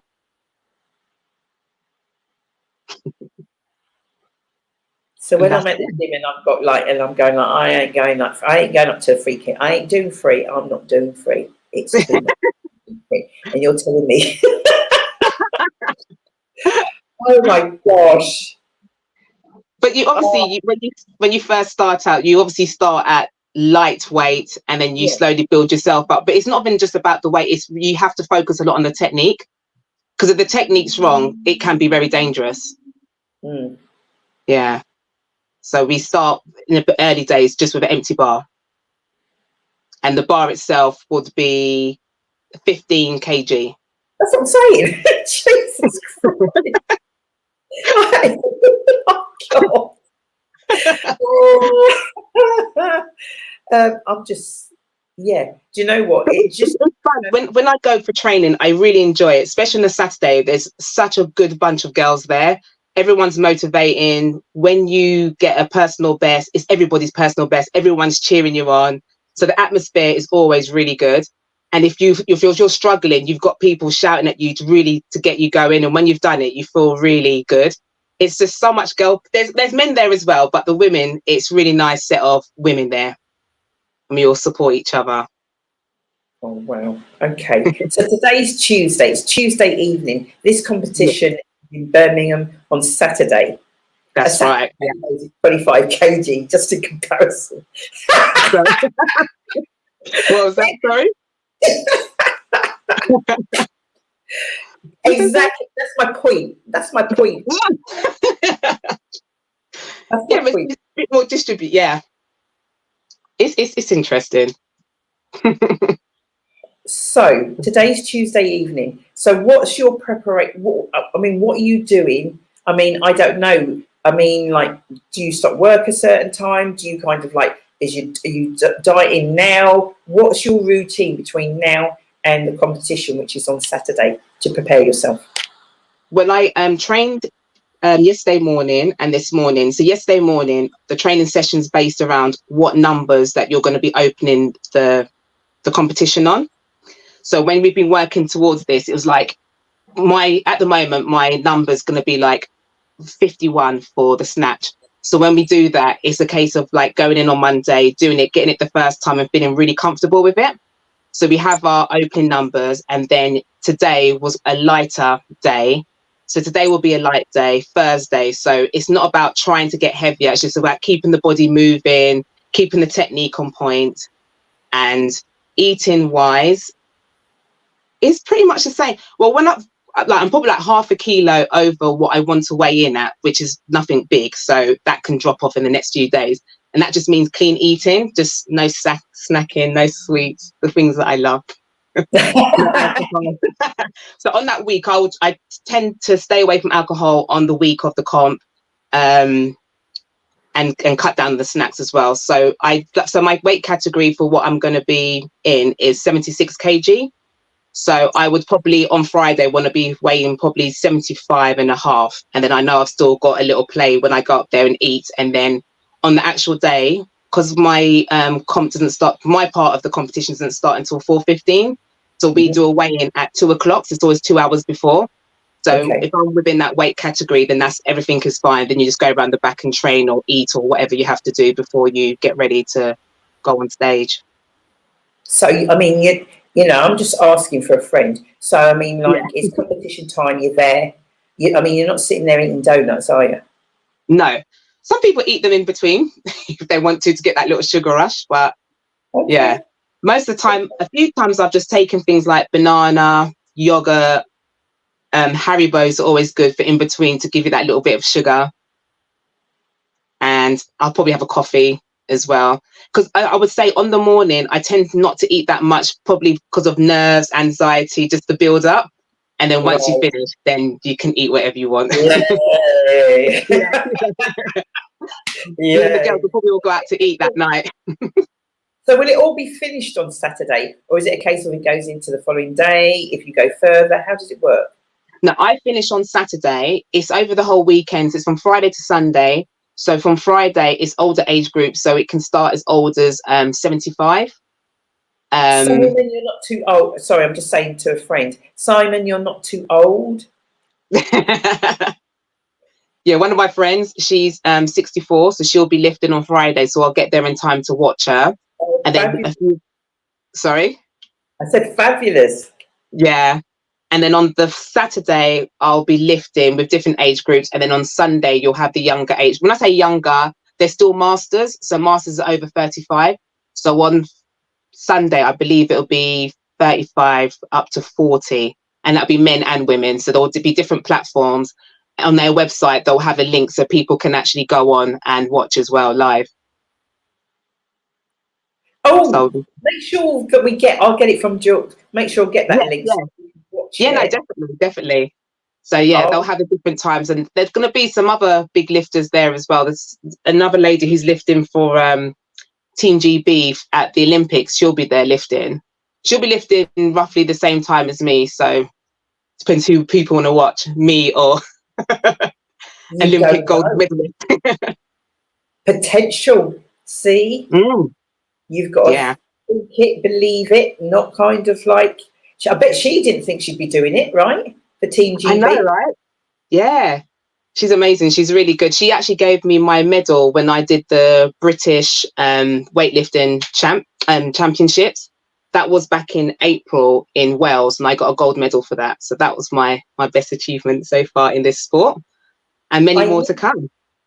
That's right. I need to say that your mum's taken up the screen with her messages. Mum, Donna Nelson, we love you. All the best for Saturday. So proud of you. Veronica, all the best for Saturday. Katrina. Thank you. Yeah. Everybody out there knows, they know me. They do know that you now have to come back on the show and let you know how it all went. Yeah. And that's and no matter how it goes, do you know what? The support and the love is there. Yes, yeah. The support and the love is there. And rather than be sort of like, because I'm like, I don't know about it, I couldn't do it, I've got bad wrists anyway. But rather than thinking about something, you're like, do you know what? Why not? Why not give it a go? Why not? And just sort of like seeing your pictures and just sort of like speaking to you now, you are an inspiration. Can I ask how old you are? I'm 47. You hear that, guys? Never say never. And what people will fight. I keep it real on the show, Katrina. I have to. Yeah. So on the show now, it's a case of obviously we had Ticey that was just on there. So this isn't a show for a certain age group. It's very much want to give the young people a platform because they are the people now, and we need to the future. Whatever they are actually doing. At the same time, when you get to a certain age as a woman, we're written off. Yeah, absolutely. And that's why I keep doing it, to prove to others. And when I'm talking to my clients, when I'm coaching them, I'm like, do not let age be the thing that limits you. There's no reason for it. No reason whatsoever. You're as young as you feel. And if you don't feel young, then do something about it. Don't just sit there complaining and accept that, oh, because I'm getting older, this is not working, I can't do this, and I'm putting... No, that's just an excuse. There's always a way forward. You have to change your mindset around that. Boy. Katrina dropping, she not only is she dropping the weights, well, we don't want her to drop the weight, don't get me wrong. We don't want her to drop the weight. But I mean, this is the life coaching side coming out. Before you leave today, because as I said, I'm going to get you back and we'll have a more in-depth chat and obviously talk about what's happened and where you're going. But what can you, because like right now, everybody's going through different storms. Yeah.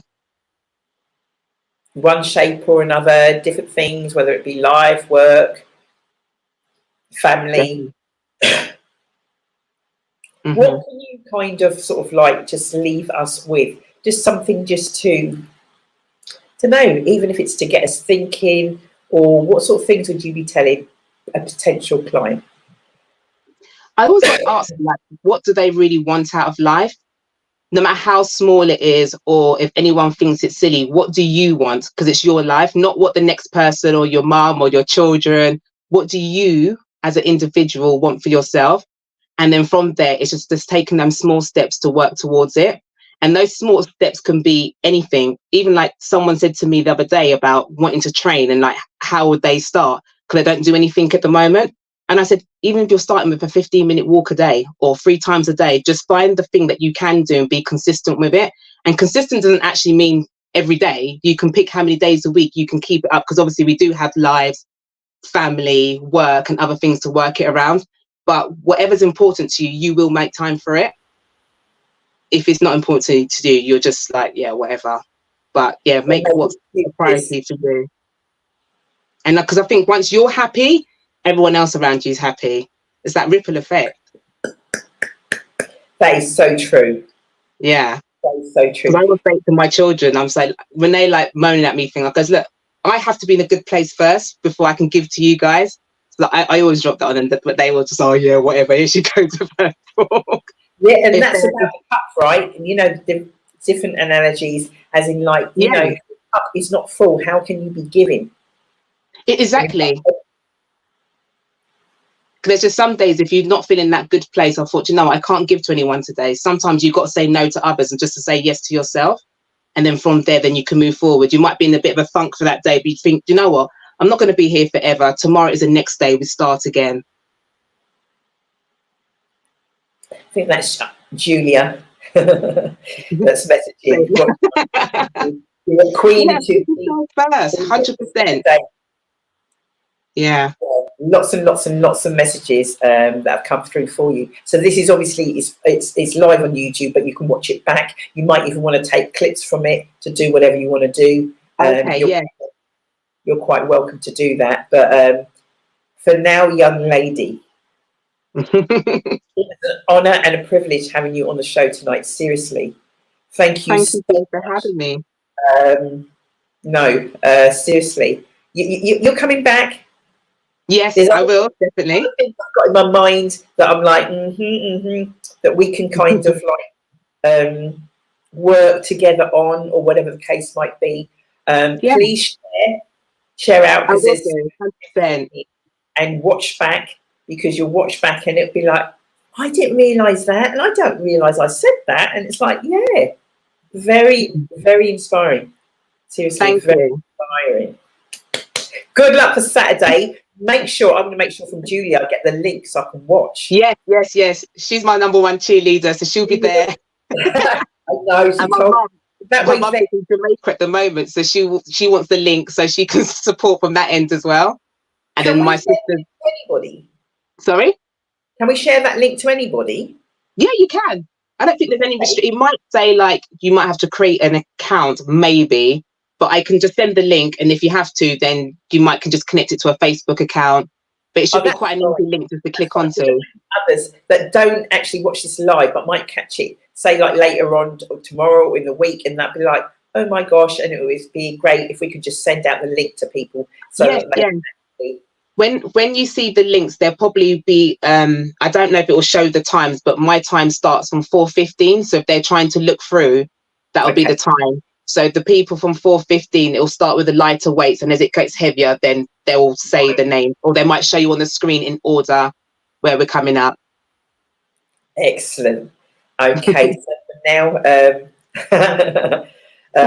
Rena, thank you so much, darling. Thank you. All the best for Saturday. Thank you. I'm with you, sis. I'm with you. Thank you, and we'll catch up soon. All right, then. Take care. Bye-bye. Bye. Where's my producer? Yeah.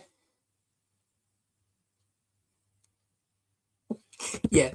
I can't imagine you lifting anything.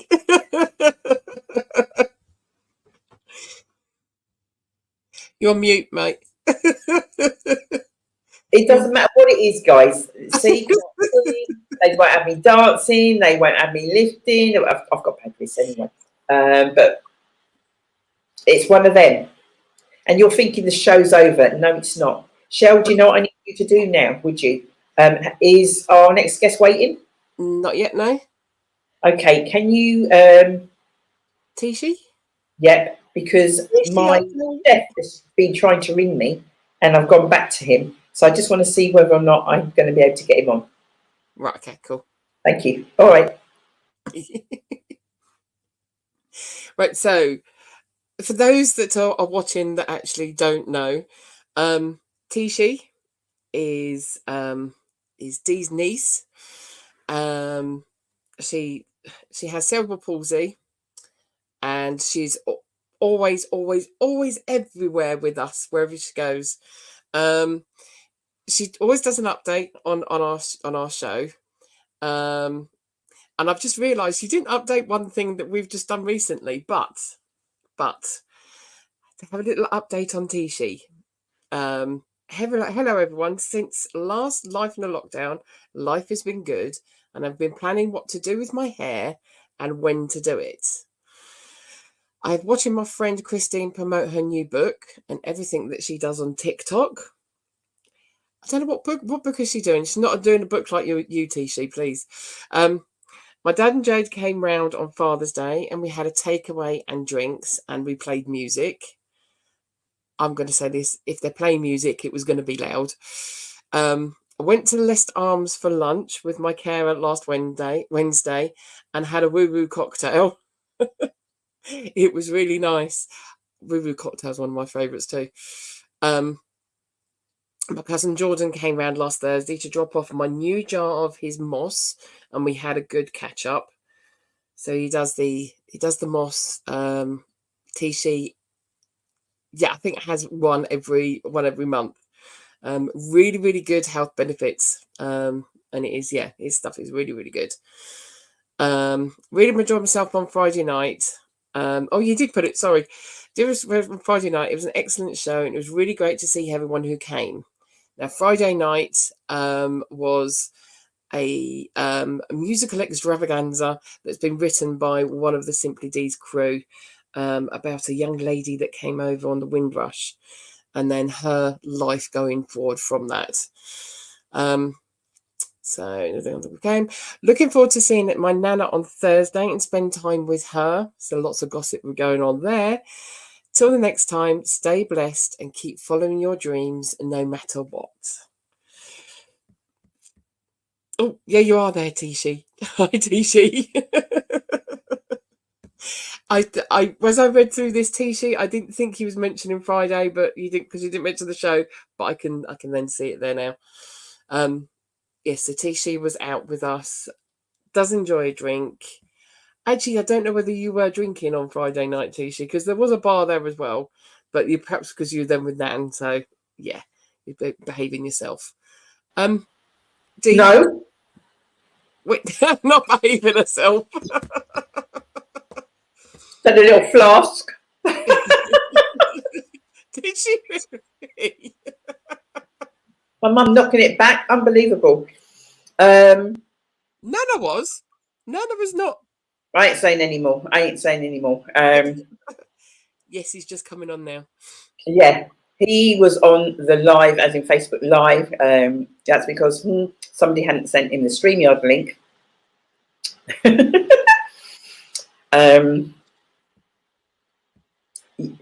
I think I did. I'm going to tell him off. Oh, yes, because yeah, blame the guest. Greetings. Look at his face.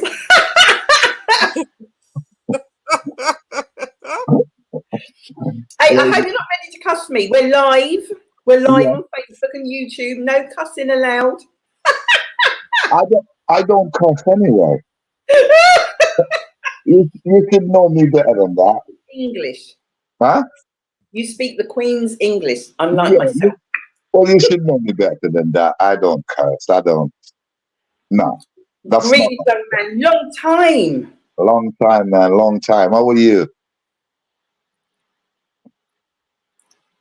I'm good, you know, honestly. It's been a journey. It's been a journey this year. Yeah. Kind of said, and I think I did a bit of a live earlier on. Yeah. We've got, coming up after you, we've got somebody who's going to be live from Barbados. Okay. Yeah, it's also been a journey for me. It's been learning a lot, and I'm going to stop you. Yeah. You know why I'm stopping you? Because we're chatting and having a conversation, and people are going like, "Who's Dee talking to?" They don't even know who I'm talking to. Why? Oh, because you haven't. We haven't even done that little bit before we get into whatever else. Do so your people thing. like, yeah, because we just a reach now, here and now. But we ain't even. They don't even know who you are. Do your thing. So young man. Do your thing, my dear. Do your thing. Been on when I used to go into Pamtengo studio. He'd come in a couple of times, and also his daughter as well. Yeah. Also been online a couple of times. Also supported in. We had our space in the market. Came along down there. Do you remember that time? I remember. Nice day. Yeah. With the book, and yeah. We've been on a bit of a journey, but just for, I'm not going to read your bio. Yeah. Because that's just, that's like, right, somebody's reading, and to be honest with you, I'd be listening and drop asleep. Yeah. Not that it's boring, but it's like you want to hear Yes. from people. You want to Yes. hear words from people. So I'm not going to put words into your mouth. I want you to share what you want to share. You've got about 20 minutes. Yeah. Okay. And I want you to share kind of like from, you've got Where an I'm accent from. on you. So I'm not presuming nothing, but I know, say you weren't born here. No. No. No. I was born in Jamaica. Okay. I came to the UK when I was 17 years old. Did you want to come? Not really. No. No. But I had to. I had to because the life that I had in Jamaica, you know, it wasn't it wasn't what anyone would want. But on the other hand, I wasn't a sad. I was a happy kid growing up. Because you know we didn't lose some material things. We didn't see material things. We didn't, you know. We grew up. I wanted to be a soldier, and you know. But when the opportunity came for me to come to England, which it was through my mom and dad, I knew I had to come because my grandmother wasn't getting any younger. She was getting very old, and I know, yeah, this was the time. So I came here, 1977. I did about 2 years in college, but I kind of knew as well, academic wasn't for me. Not that I couldn't learn. I just knew that I was here for something else. I knew I wanted to do something else. And because growing up in Jamaica, I was always a performer. Nothing to do with the musical thing that I got into in my later life. It was just I was a performer, church, school, all these things, I had that in me from then. So when I came, I get the opportunity to get into music, and I got into music from college. A friend of mine, Freddie, used to play guitar, and we just started to jam until when I left college.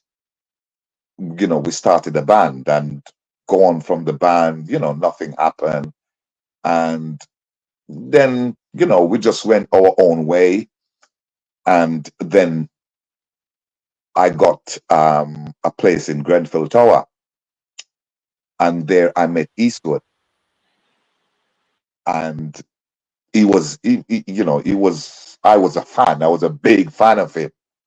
So when I met him, I started to follow him around, going to his shows and carrying his suit, his cases, and all that kind of thing, and just learning. And then I started to take part. I started to DJ. I mean, I've done the DJing before, but it wasn't anything serious. I just went somewhere one night and, get on a sound system, and the vibes was really good. So I knew that I had that in me. So then I started to DJ more and more now. And there was a shebeen in Labrador Grove at the time where I used to go every night because there was an audience. So I used to go there every night, every single night. When I say every night, I mean Monday, Sunday to Sunday. Wow. Yeah, every night. So I'm not going to bed for like 5, 6 o'clock in the morning for at least a year and a half, 2 years. And then I started to move out of Labrador Grove and started to go towards Brixton, where there was a sound system called Frontline Sound System, and I started to DJ Frontline Sound System, and things starts to open up. people start to hear my name, people start to hear about me.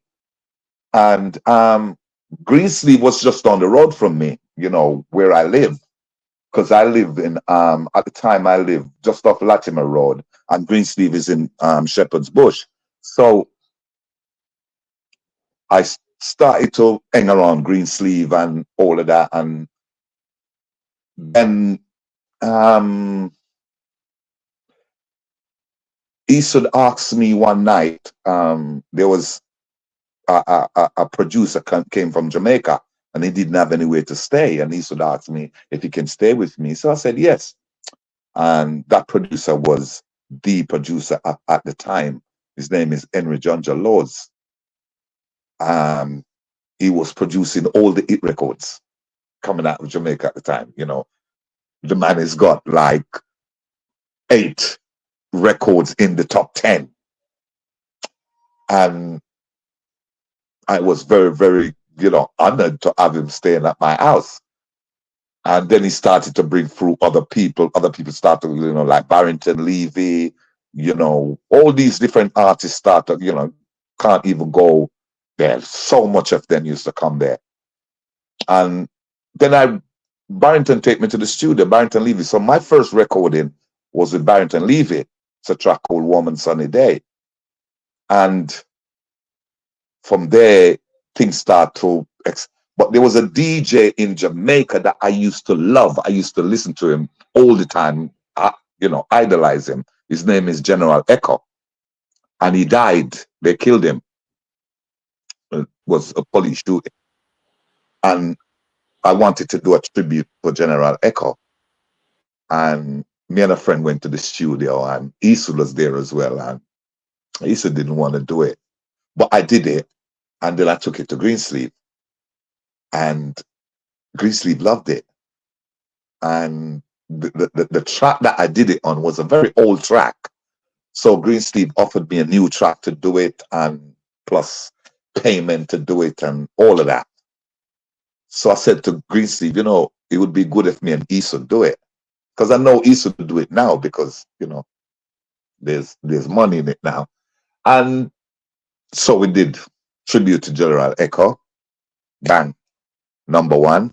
Straight. I think it took about 3 weeks to get to #1. Wow. And Eastwood and Saint were born. And from there, I did another one, Bite the Dust. After that, that was the second track. And that went #1 for 14 weeks. Wow. That's still at #1 for 14 weeks. Wow. Massive. And But did you believe it? Did you believe it? Huh? How old were you at this time? 1981. I was 21. 21. Yeah, I was 21. And yeah, from there I started to tour a lot, you know, especially the UK. I started to tour the UK a lot. And I saw an audience that wanted more from what I'm giving them, because our performance was top of the league, you know what I'm saying? It's not, you know, it's not many artists wants to come on stage with us at the time. We were like seriously bad. We were called 2 Bad DJs. So we, you know, we excelled from there in terms of the audience that we were performing to, because we were going to different places where a lot of reggae artists wasn't going, in terms of, gosh, you know, oh man, the Art of Scotland and places like that we're touring, you know. I almost probably done almost every university in this country. And from there, we did an album, you know, went to #1, but we knew that we had to change the style of music. So comes Stop That Train, which is probably our biggest record. We just changed. We weren't now doing the rhythm tracks from Jamaica. We were making the rhythm tracks here and doing what we wanted to do. And that album excelled right through Europe. Number 2 in Holland, number 9 in Germany, number 10 in Austria. And that just went, you know. So I started to tour Europe. This is like from 82, 83. You know, most of the festivals that's going on in Europe, I'm doing festival in Europe before they start doing reggae festivals in Europe. Wow. Yeah, I'm doing major festivals in Europe. And on top of that, the television stations in all these countries take on to us, especially England. I've done a lot, you know, from the old grey whistle test to, gosh, I can't even name all the music programs in Wow. in the UK. I've done them. I've done the first Glastonbury Festival. You what? I've done the first Glastonbury Festival. Yeah. See, for all these people out there, I've got masses of viewers, you know that. Yeah. Know that. And they never did know that, because me never know that. Oh yeah. That's Oh, yeah. last week. And Yeah. this man here, he played the first. Ouch! That's a mic drop. That's a mic drop. Seriously. Oh yeah. Oh yeah. I mean, it was the 80s was we dominated the place for on a certain level through part of the 80s. And then we broke up. A matter of fact, we broke up after a European tour. Our most successful European tour. I mean, we did probably about 40 shows in Europe, and all the dates were sold out. And when we came back, we broke up. You know, I'm not going to go into reasons now, but that's what happened. So I spent a few years trying to find myself, trying to find what I wanted to do. And then a young lady came to my home and she sang, and she was just phenomenal. Her name was Shah. And I started to get into management. So I started to manage her and, you know, did a record called Lies with her, and it was big underground. But Shah wanted to do different. She wanted to do something else. She didn't want to be the upfront kind of person. She wanted to do backing vocals. Shah she's been doing backing vocals for Eric Clapton for the past 15 years now. Yeah. I went to the Eric Clapton show last month.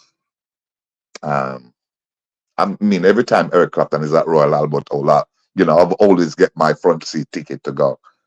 But she did me proud. I'm really, really proud of her. And after Shah,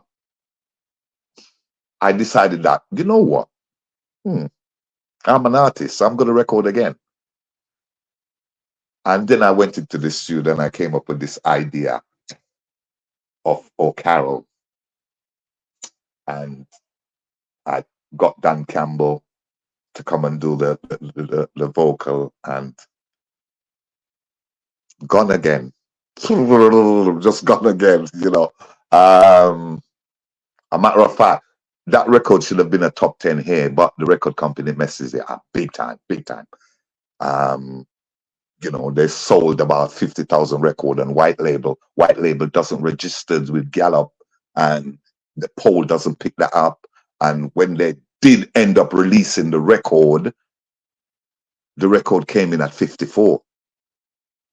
Now, if they had saved those sales for pre-sales, the record would have come in at the top 10.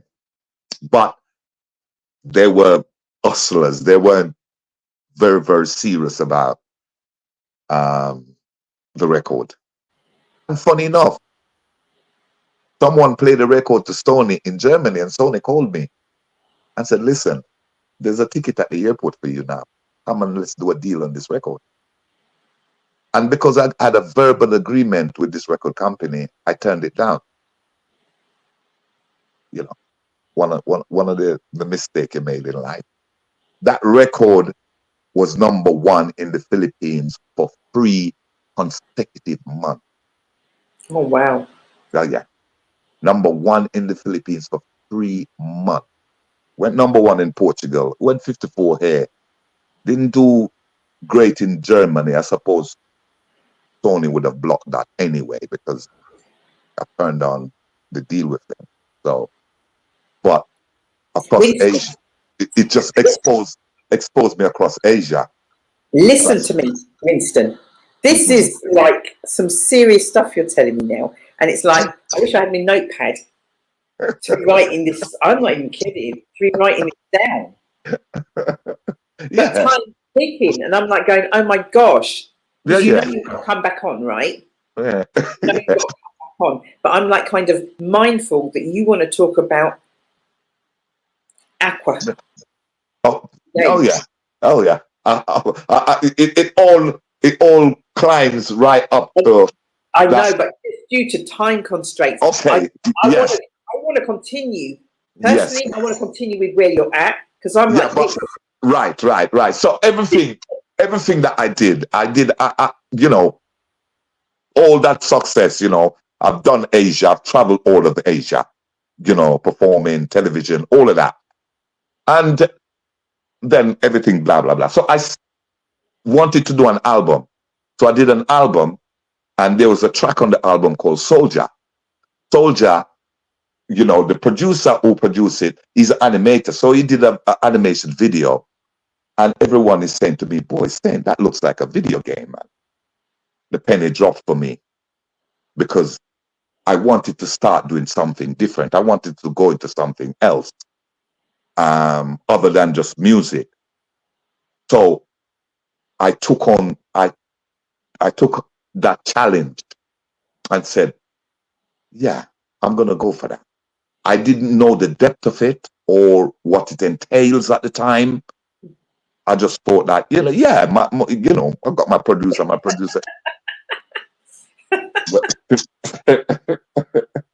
Then I realized my producer ain't even got nothing. He can't even do nothing for me when it comes to this. And so I started to build. I got a young, let's say young, he's a young lad. And he's a gamer. And his name is Zabdiel Campbell. But I used to record him as a singer because he's a bad singer. But hey, he didn't want to. He don't want to be singing. He want to score music. He's wicked when it comes into scoring music. So I played him the idea, and he said, "Wow, Saint, this can, you know." That now have to take me now to write the story of Soldier. So now I have to create that old soldier. I've never written a book before, but I know that this is a challenge for me. So then I started to write Soldier. And when I finished written Soldier, the book that you've read, the book that I've got out now, which is Rebirth of Maroon Warrior, that's taken from Soldier. That story taken from Soldier. So Soldier now, I'm getting Soldier ready to come out now, but Rebirth was taken from Soldier. Okay. But now I've built a company, which is Aqua Blue Games, with 3 people, me and a really, really good friend of mine called Alegna and Zap. And it takes some time to really do what we wanted to do. And we built this company, which is Blue Games, and been working and building the game, the environment, and all of that. Now, this game is based in Jamaica, which has never been done before. Okay. But the whole story of it is phenomenal. Truth is, I can't even believe that I've written this game. I'm seriously still sitting back thinking, did you write that? Which is a phenomenal story. So yeah, Wow. yeah. Hang on a minute. So I need to condense this for the guys. So Winston, here's lots of people know you, but you're General Saint. Yeah. Musician, yeah, all that jazz. Yeah. And now you're telling me you are the owner of a games company. Is that what you're saying to me? Yes, I'm the CEO of Blue Games. And you have produced and obviously in the process of getting it where you want it to be. Yes. And as I said, it's a phenomenal story, and it's going to be a phenomenal game. I've got the people who are working now, and what these geniuses are putting together is phenomenal. It's phenomenal. It's really like. So when I get you back, which will be very shortly, will you be able to give us? Yes. Yeah. Definitely. We're working now on a vertical slice of the game, which is about 3 to 4 hours of gameplay. Wow. And so when I come back on your program, I should have something there that I've got things now that people can see. I just wasn't prepared. Don't worry about that, because I want to make sure that we give that the build and what have you, and that you're ready to, and then be able to explain that as we go along. For those people that haven't seen you for a long time, like myself, it is it's like 1 minute Luton can be big and then it can be small. People are on your doorstep and you still don't see them. COVID done now. We have no excuse.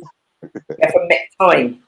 Yeah, I don't do a lot of going out, because the work that I'm doing now is beyond what I used to do before. It's so much more brain taking than just doing the music. The music is, after doing the music for so much, music is easy.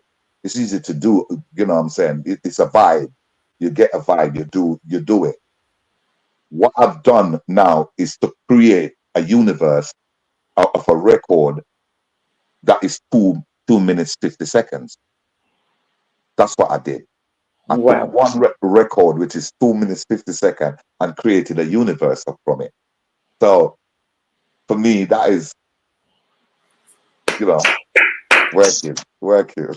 And you'll get the book. You'll get the book soon.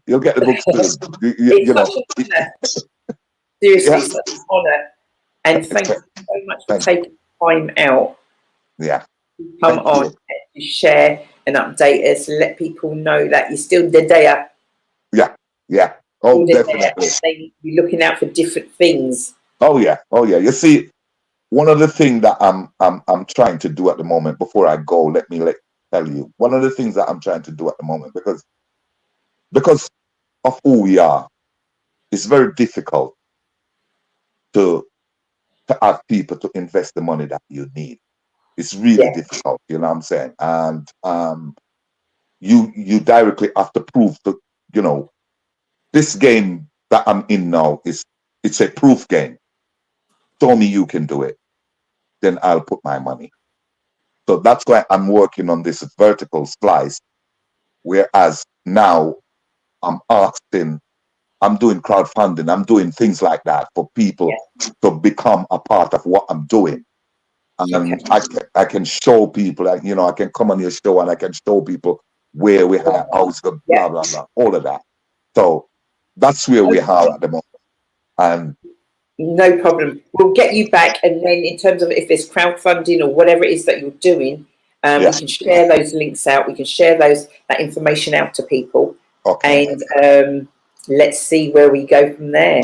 No problem, my dear. No problem. Thank you, Captain. It's nice talking to you, man. It's really nice talking to you. Yeah. You give your love to your daughter and your missus and your son. I will, and I'll keep you up to date. Make sure you do. Yeah, man.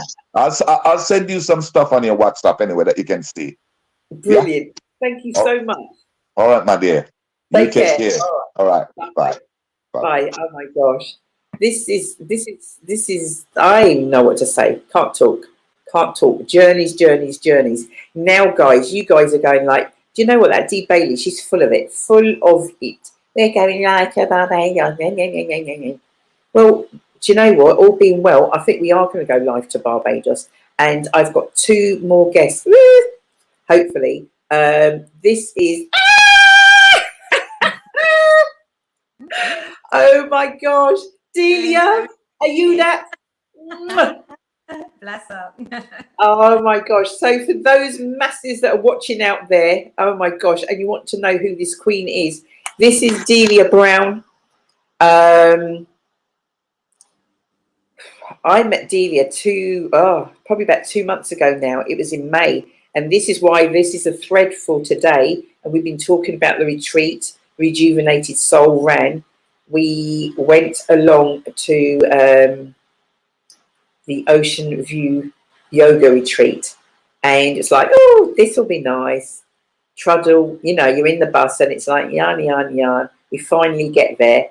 And as we're coming up, I don't know what happened. I'm only speaking for myself. All of a sudden, I don't know, honest to God, something just came over me. And I can't remember what I said. Somebody messaged in there because I said something. I can't remember what I said. It will come back to me. And then Delia was there. Never met her before, not spoken to her before. And literally, I was the first one out. And she gave me this enormous hug. I'm sure you hugged me. And I'm like, oh. I just felt so much love. Bless you. So much love. I felt at peace. We had to pick a word for the whole retreat. We had to pick a word. You know, obviously we'd gone through so much over the 10, 12 days. And the word I picked was reset. And a massive part of that was down to you, young lady. Just you're in your home now. I'm going to stop talking because people don't believe me. I said we're going live to Barbados. They think you're in London. They think you're actually in Luton. They don't believe me in the UK. We can just about hear you. I don't know if it's me. But I'm going to stop because it's very important for me. I want the people to hear from you.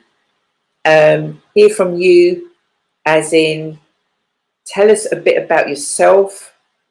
Because were you born in Barbados? No, I was born in London, South London. Listening. I mean, telling them. You lot, pin your ears back and listen. Go on, Delia. Tell them.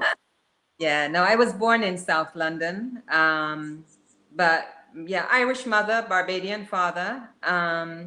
Yeah, and in the 70s, it got kind of crazy, didn't it? It was like, you know, National Front, British National Party, all the, you know, the reign of Margaret Thatcher days. And my father was in youth work.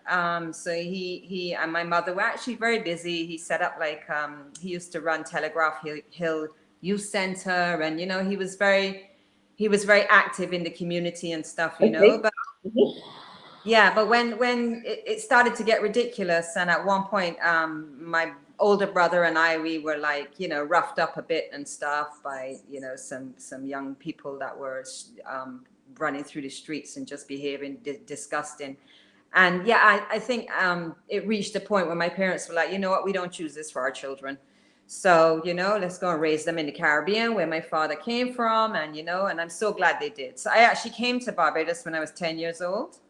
And yeah, my journey began then in the Caribbean, right? So yeah, it's been a beautiful journey.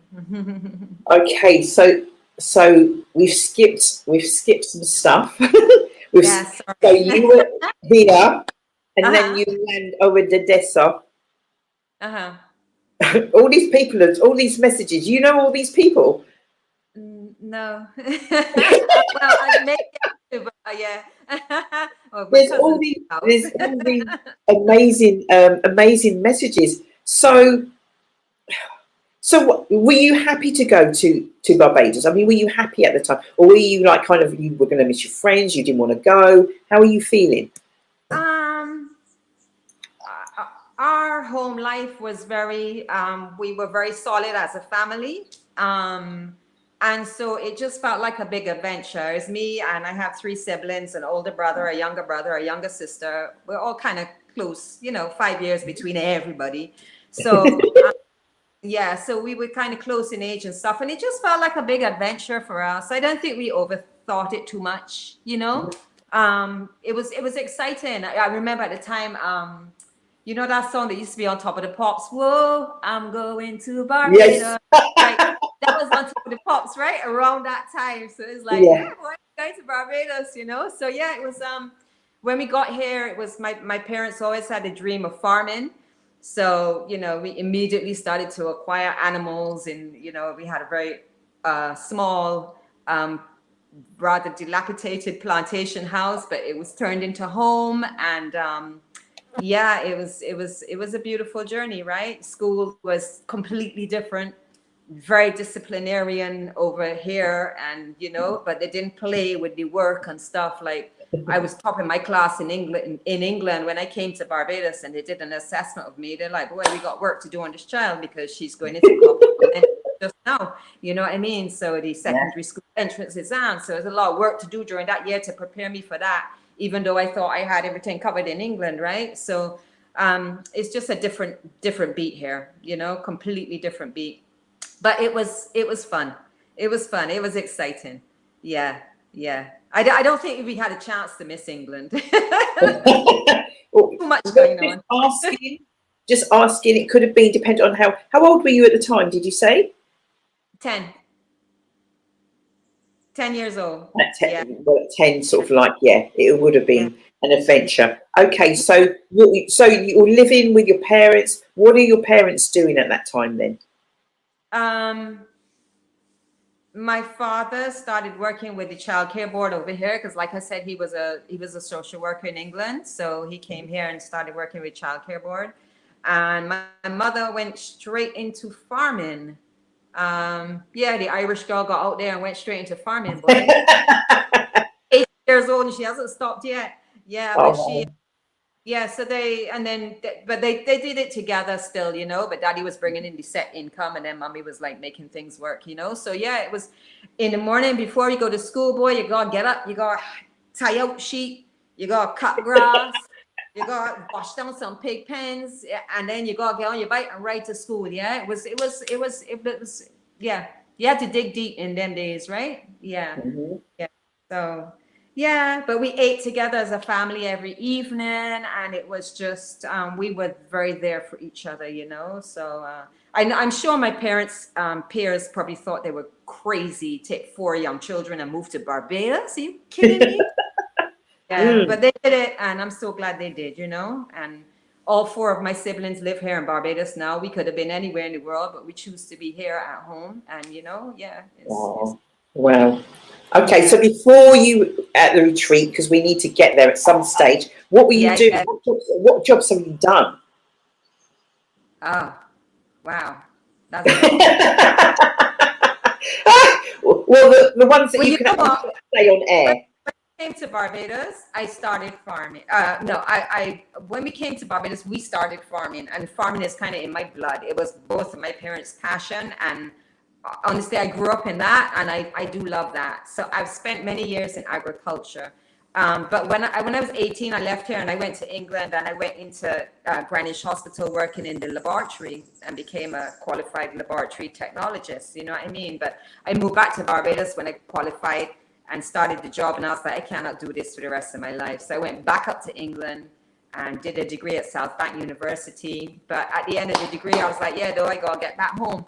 And back home. And as soon as I got back home, I went straight back into agriculture, you know. So that's been my thing, you know. But then with doing the yoga and opening up the retreat, I built my house. I designed a house and built it about 15 years ago now. And it's on a cliff. So out by the cliff, which is bush. And then about 8 years ago, I cleared the cliff. And when I saw what it was that I was sitting on, I realized that is a serious thing. There's a very healing spot at Ocean View Yoga Retreat, right? Very, very healing. It does something to your soul when you sit out there and you're just connecting with, and you know the ancestors are speaking to you, and you can really connect with your divinity, you know. So yeah, I realized this is a serious thing. Boy, I've been given a serious responsibility. But I've been doing yoga since I was like 20 years old. So I actually just said, let me go and get my official yoga teacher training and stuff, and came back and started doing yoga. But I find nowadays we've gone a lot more into meditations. I just think the state of the world right now, people are just looking for that way to just connect and just be silent and connect, you know. So I have a lot of people coming to me now, and we do a lot of meditations, meditation workshops, that kind of stuff, you know. So the yoga still goes on, but you know, and I will say as well, when you swing into our property, because my sister and her husband, they live at the front. So my sister has Ocean Echo stables, riding stables, and she does horse trail rides down to the beach daily.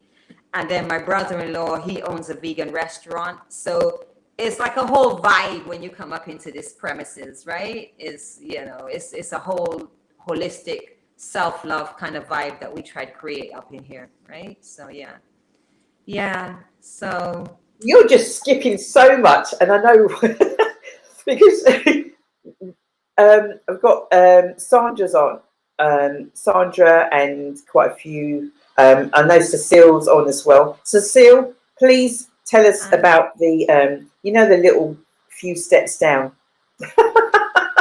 to the bottom. That trek we did. Oh my gosh, I don't know how long that trek was. Y'all did so good. Oh my goodness, I'm so proud. You did good, man. Oh, we did. You just can't. There's no words to. You can try your best to be as articulate as you can.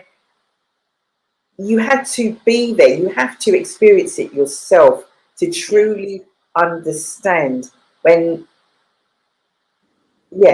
life-changing. The whole life-changing. Honestly. Yeah. So what we did, everyone, is that we decided we're going to do like a little trail hike down to the walk. It was a walk. Yeah. There's a little beach down below the cliff. We overlook the water out there. It's the Atlantic Ocean, so it has its moods. But there's a really beautiful trail that takes you down there. But it is challenging at times, right? But I just found our group when we were going down, it was real. I felt everybody was just looking out for each other, and it was a real team building exercise, right? And then when you get down to the beach, it's just like heaven. It's so beautiful down there, you know. But it's a trek to get down there. So, but I think when you all came back up, did you feel like accomplished? Like, yo, we conquered that one, you know? Yeah. Well, Cecile's put. There are no words to express that walk. Little trail walk is not what I would call it. Not what I would call it.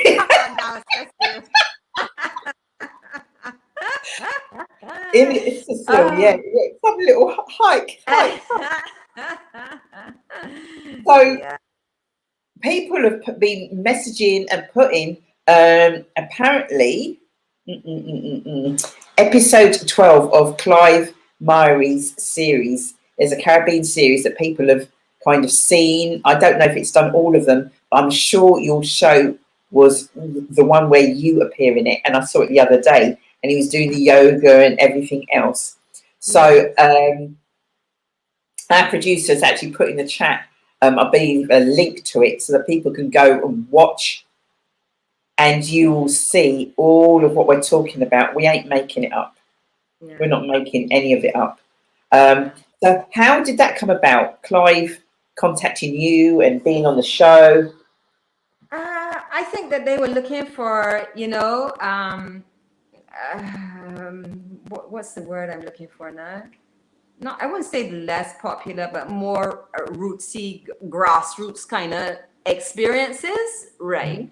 Because even when I looked when they were in Jamaica and stuff, it was like, you know, it wasn't the normal touristy things he was doing, you know, stush in the bush and all kind of thing. It was you know, So I think they just they were searching and researching, and they just reached out to me and they said, would you be interested in doing a project with me?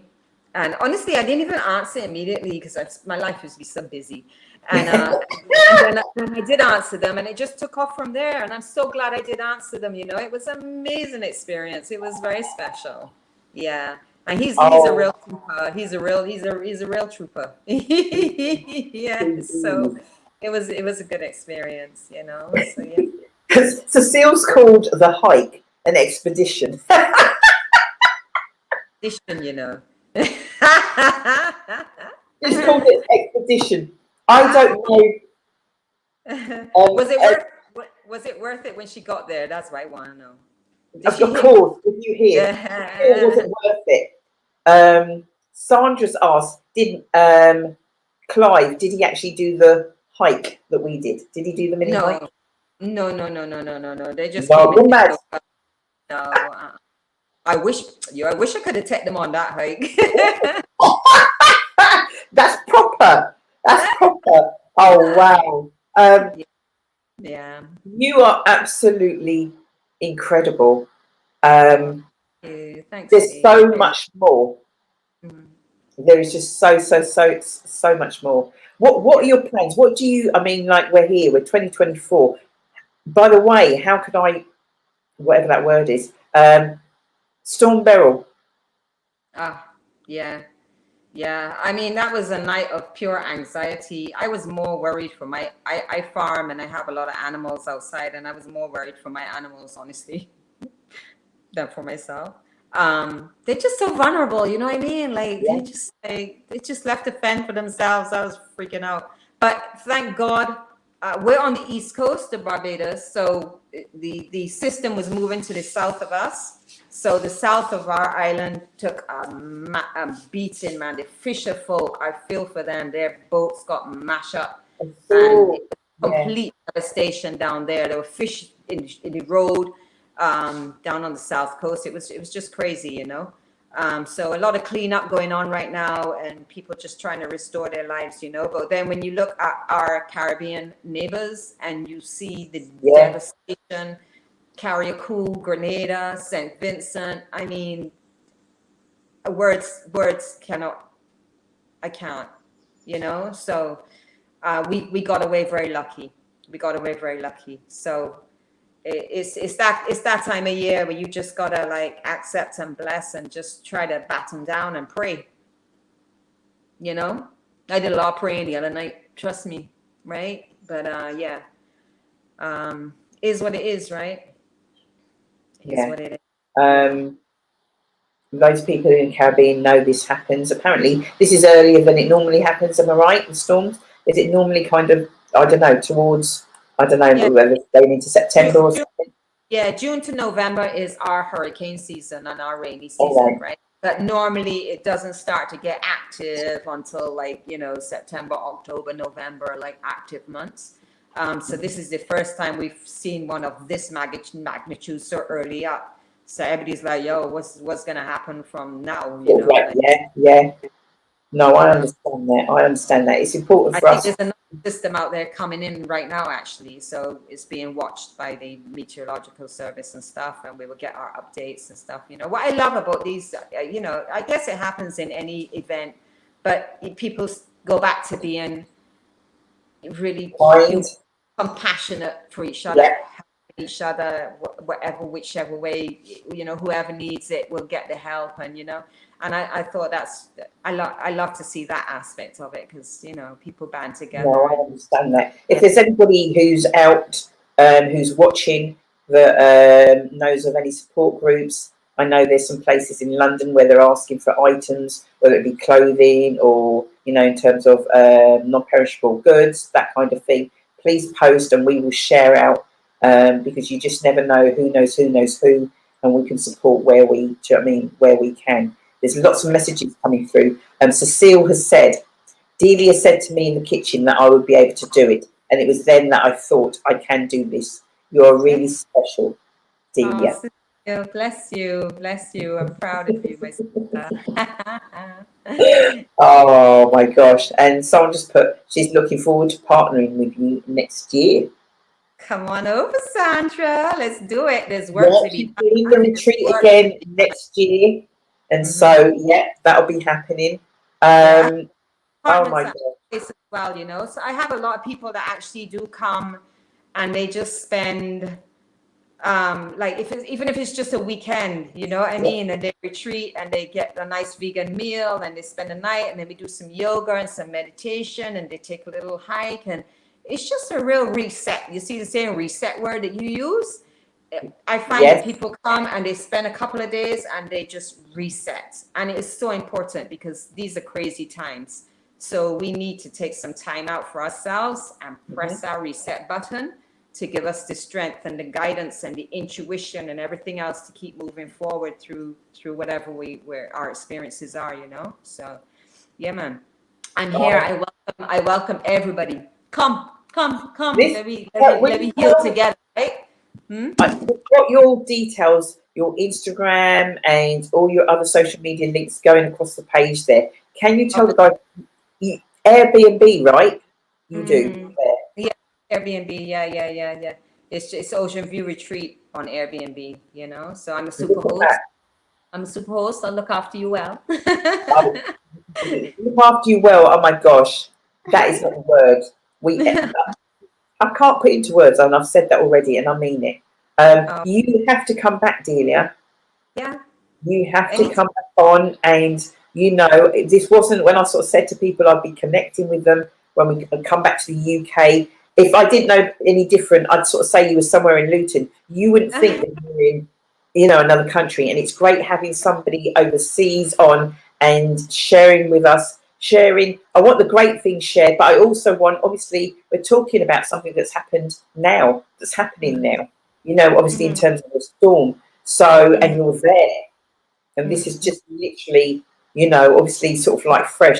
So we're glad all is well with you so far. Please take care of yourself and those animals. Yeah. You the same thing. And we will link soon, and I'm going to get you back on, okay? Okay, that's wonderful. All right, darling. Thanks for the opportunity. No problem. Take care, and I'll catch up with you soon. Bless up. Okay. Bye. Bless, darling. Blessings. Thank you. Bye-bye. Oh, my gosh. Just an incredible young lady. Producer, I know it is 10 o'clock. Do I have somebody in the wings? You do have Corey, but I'm not quite sure what's going on with it because it's saying the voices is not connected. So I don't know whether it's blocking him. I've waited so long, and now you're going to tell me. Cecile will be pleased because he's only going to tell her off if she's not eating anything plant-based.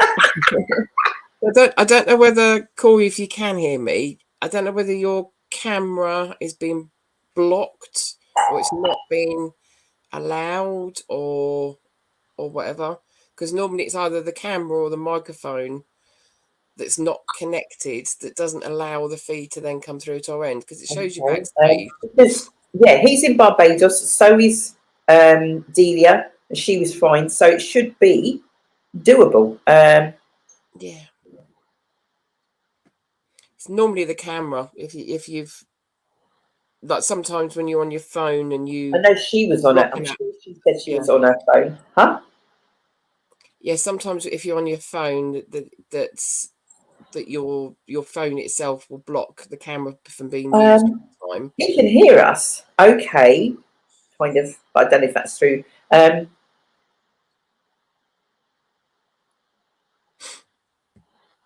This isn't gonna. Guys, you need to be patient. This man is worth waiting for. Cecile won't want to see him, but who cares? This is the chef that we had when we were in Barbados. He is amazing.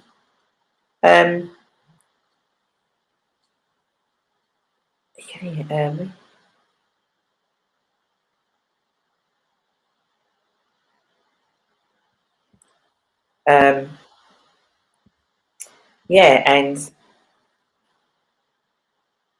I'd heard of plant-based. Was I really interested? No, but Corey has flipped a switch. It is always good if you've got someone that can cook well plant-based foods. Yeah, but the thing is, when you say plant-based, we all think boring.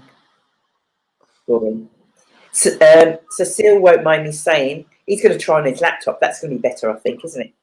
Yeah, possibly. Yeah. And Cecile said her siblings and her kids said, like, "What are you going to eat?" It's plant-based, so what are you going to eat? And she goes, I'm going to try everything. And Remy said, like, come on, Mum, you can do it. And you know what she did? Go on. It proved the point when you say about what happened on the way out. Well, was I in the airport or on the plane that you had some quinoa? Yes, it was on the plane. Right. So you've had this stuff that's overly produced. Yeah. And you assume that's what that's going to be like. But when you got there and then Corey gave you some that's actually been prepared properly. The taste buds are going like, do you know what? This can work. Yeah. Do you know what I mean? This can work. And I'll tell you something now. Some of the combinations, I was like, I don't know about that. I don't know. And now I'm going like, yes, that works. Death by quinoa. Death by quinoa. But yes. that just proves the point. I've had it before with those kind of grain kind of based salads. Yeah. Because you pick it up in the supermarket, it's been made and then left to then sit there for so long to be picked up and then you need to get it home. When you go somewhere and they've actually got something like that. Yeah, it's freshly done. Little seasoning, little herbs, little this, that. And it's like, yeah, that's right, herbs. It's like, damn, that's fine. Honestly, just transform. Do you know what I mean? Transformation. Is Sandra Moore gone, or is Sandra Moore still hanging around? She's in the chat. If she wants to come back on. Yeah, please. Just while because she's obviously through what have you, and we've got Corey. We had Corey, and it'd be nice to know kind of like how that came about. Because I mean, she could have just done normal food, and everyone would be like, okay, because it's plant-based, that could really have been a turn-off for people. It may well have been for some, but we're like, you didn't have any eggs or anything like that. It was like the actual full vegan plant-based rub. Oh, she's on the phone. Hi, Nikkei. on the plane. I thought she said she's on the phone. No, no, she's saying about it was on the plane. Hello. I know. I was laughing because I remember Cecile saying we kept laughing because it's a chapter in the book, wasn't it? She kept talking about death by quinoa because it nearly killed. She choked because it was so bad on the plane. Yeah, and that's a chapter. That's the title of her chapter for the Rejuvenated Soul book. Yeah. Oh gosh. So, Sandra, whilst because we're really hoping for Corey to come on. He's trying to, I think, log in via his laptop. But whilst waiting, you made a decision to do this retreat overseas. That's a massive undertake, massive. And then on top of that, you've then decided to make it plant-based. That's massive as well. I mean, do you understand what you've pulled off? I don't think you really do.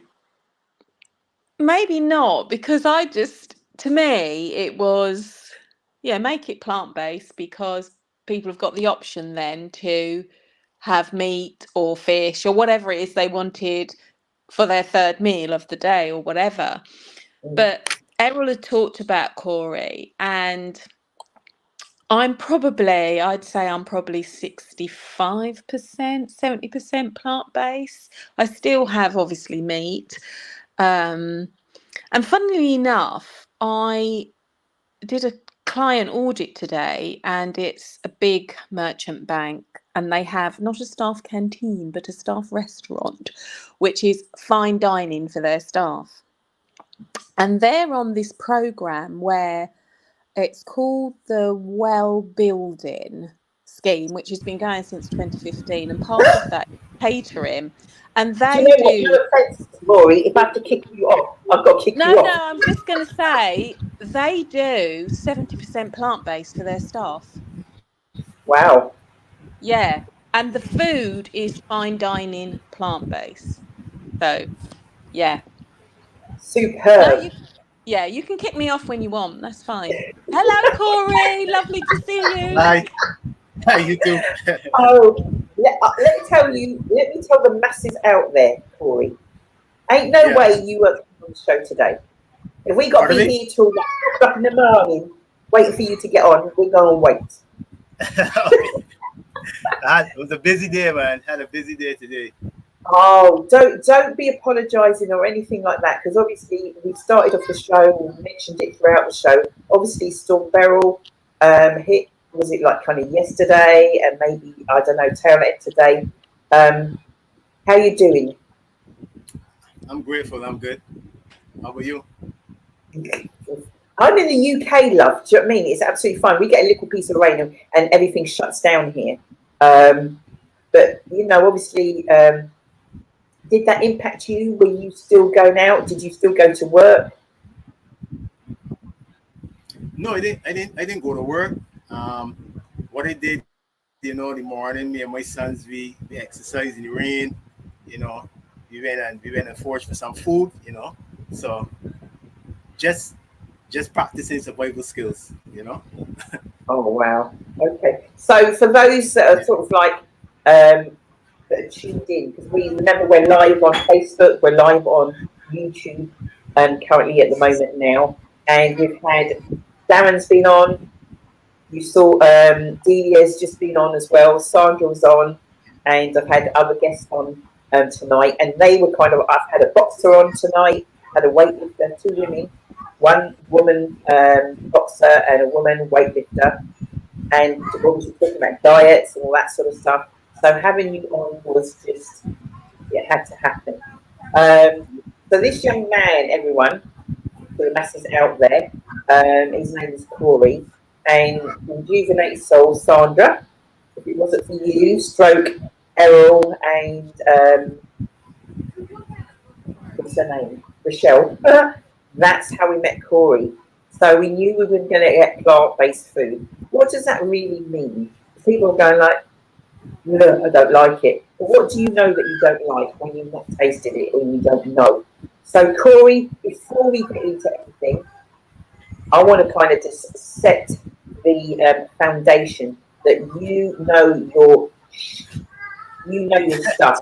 This isn't just somebody we just find in the street that's like cooking us food that we trusted with our lives. Think about it, Corey. We did, didn't we?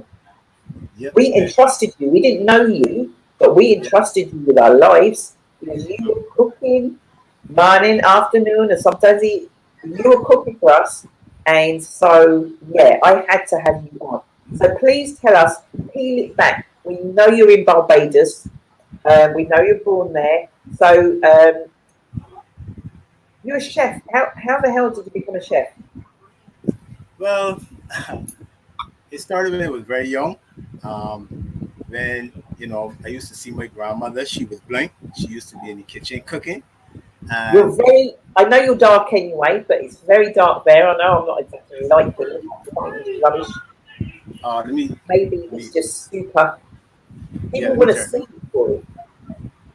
Pardon me. Let me turn on People the. want, Let me turn on the light and see if I yeah, get. if you can turn the light on, yeah. Okay. Excuse me. 1 second. Thank you.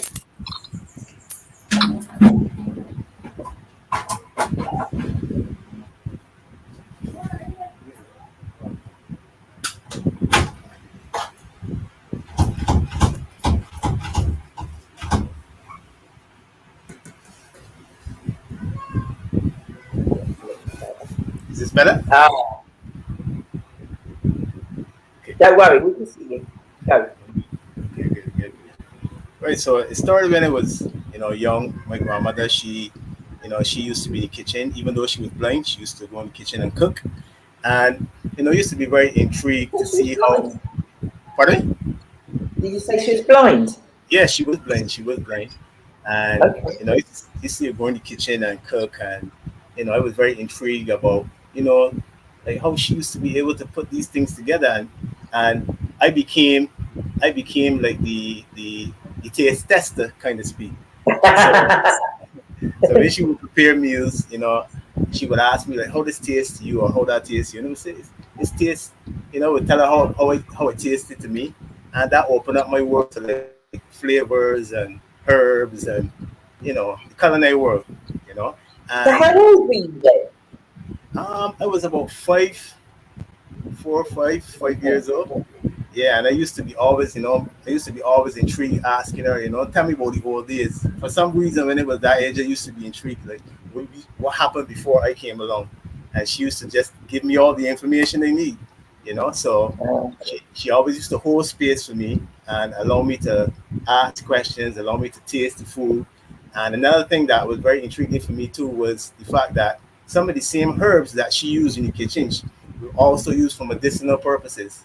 So that was something that also opened up my mind to that, So that is how I actually started um, cooking. That's what got me excited about food and flavors and herbs and stuff like that.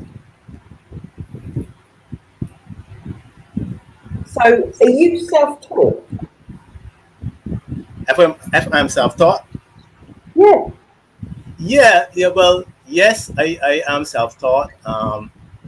Through when I was younger, my first thing that I used to cook, which I used to prepare in the kitchen. I really like baking, so I used to bake.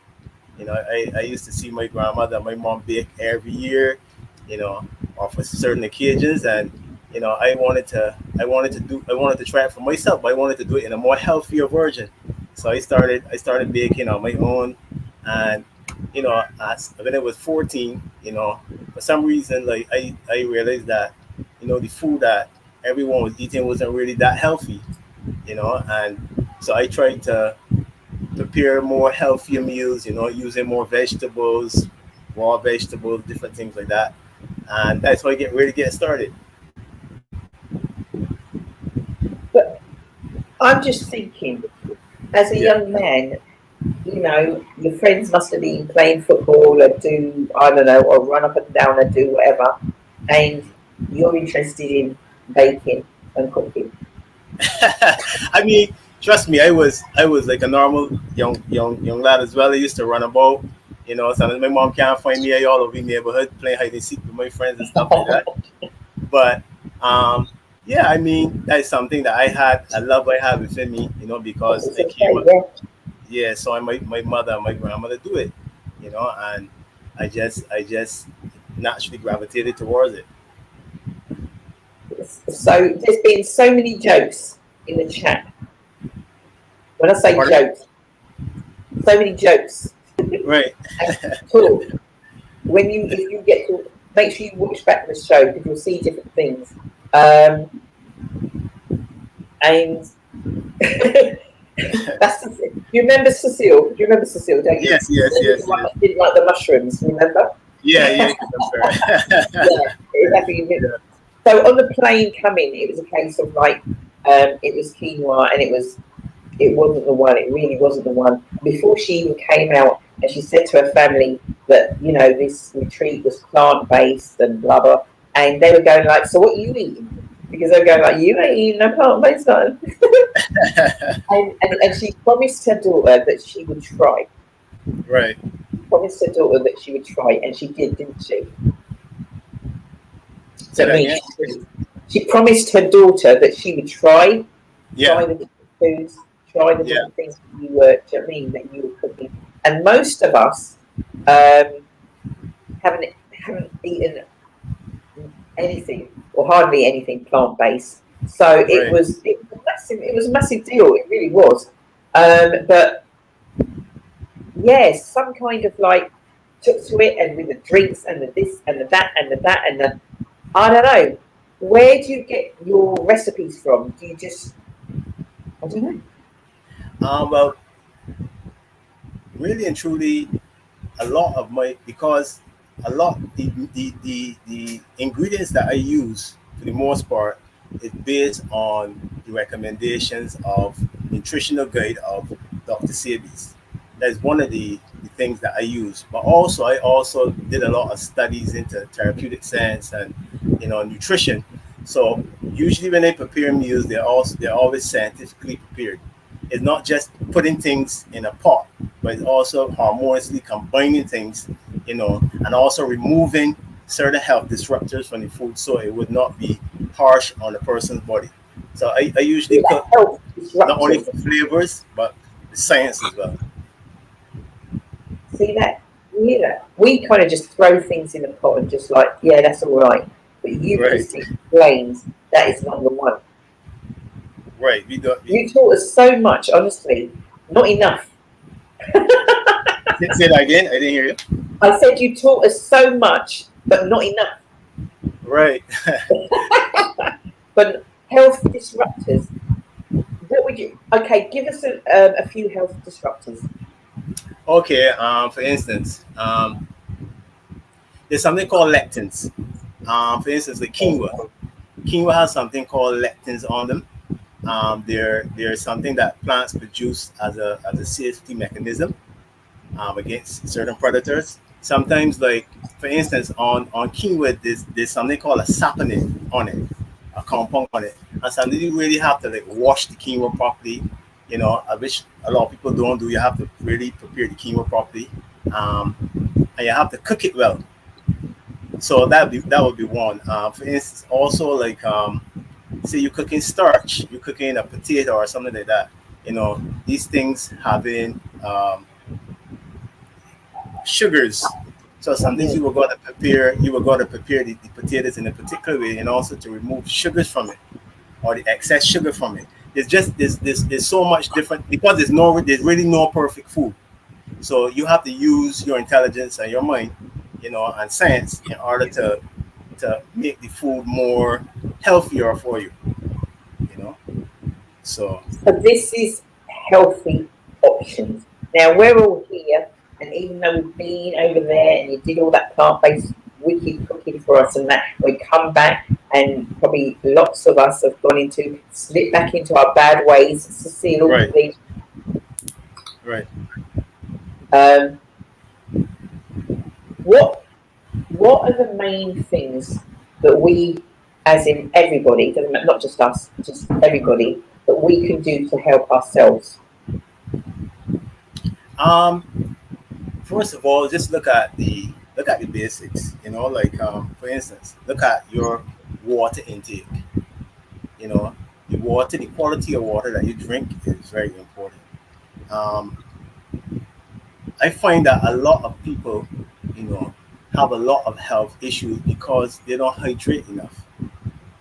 You know, so what we a lot of people need to do is try to hydrate more and drink more water, more liquids from fruits. You know, to help hydrate the body and hydrate the cells. So that is very important. You know, hydrating is one of the keys. Hydration is key, guys. Yes, hydrating is very important. Um, you got to be careful with the types of oils you use, you know, because a lot of the oils out there, you know, they say vegetable oils, but the, those oils become denatured when some of those oils become denatured when you heat them up. So you have to look for proper oils to use, you know, when you're cooking. So that's another thing. Um, yeah, I make sure that you get in, you know, a lot of organic, natural foods, or what they call native foods that have not been tampered with, you know, as much as because it seems as though GMO is winning the battle, you know. So we gotta really like try our best to make the best choices as far as like, you know, finding more natural foods, you know, foods that grown in So a can I natural. throw out there, Pardon Corey, me? for instance, there was a time when grapes, simple thing like grapes, why are all the grapes seedless now? Are they grapes or are they not grapes? Yeah, I mean, you can't find a lot of when it was in New York, the last time. I mean, they couldn't even find seedless grapes. I could hardly find seedless watermelons, and the people who were selling seedless watermelons, you know, they got stopped with the government from selling in a particular place. You know, these brothers that bring the watermelon from North Carolina, and so I don't. So it's almost like, you know, they want to move all the natural foods and bring in these GMOs and these hybridized foods, you know, and these things are not good for your body because, you know, it's not good for your DNA. It's not good for your body. So you really need to get back to the natural organic foods. We start planting, you know, and stuff like that.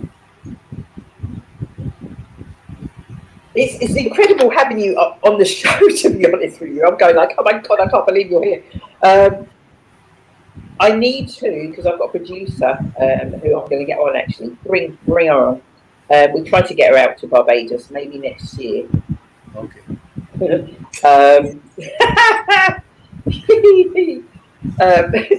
Corey, this is Shelley. So I don't think I really talked about my organisation, but Shelley's one of the directors, and Cecile, who you met, who doesn't like the mushrooms, is the other director.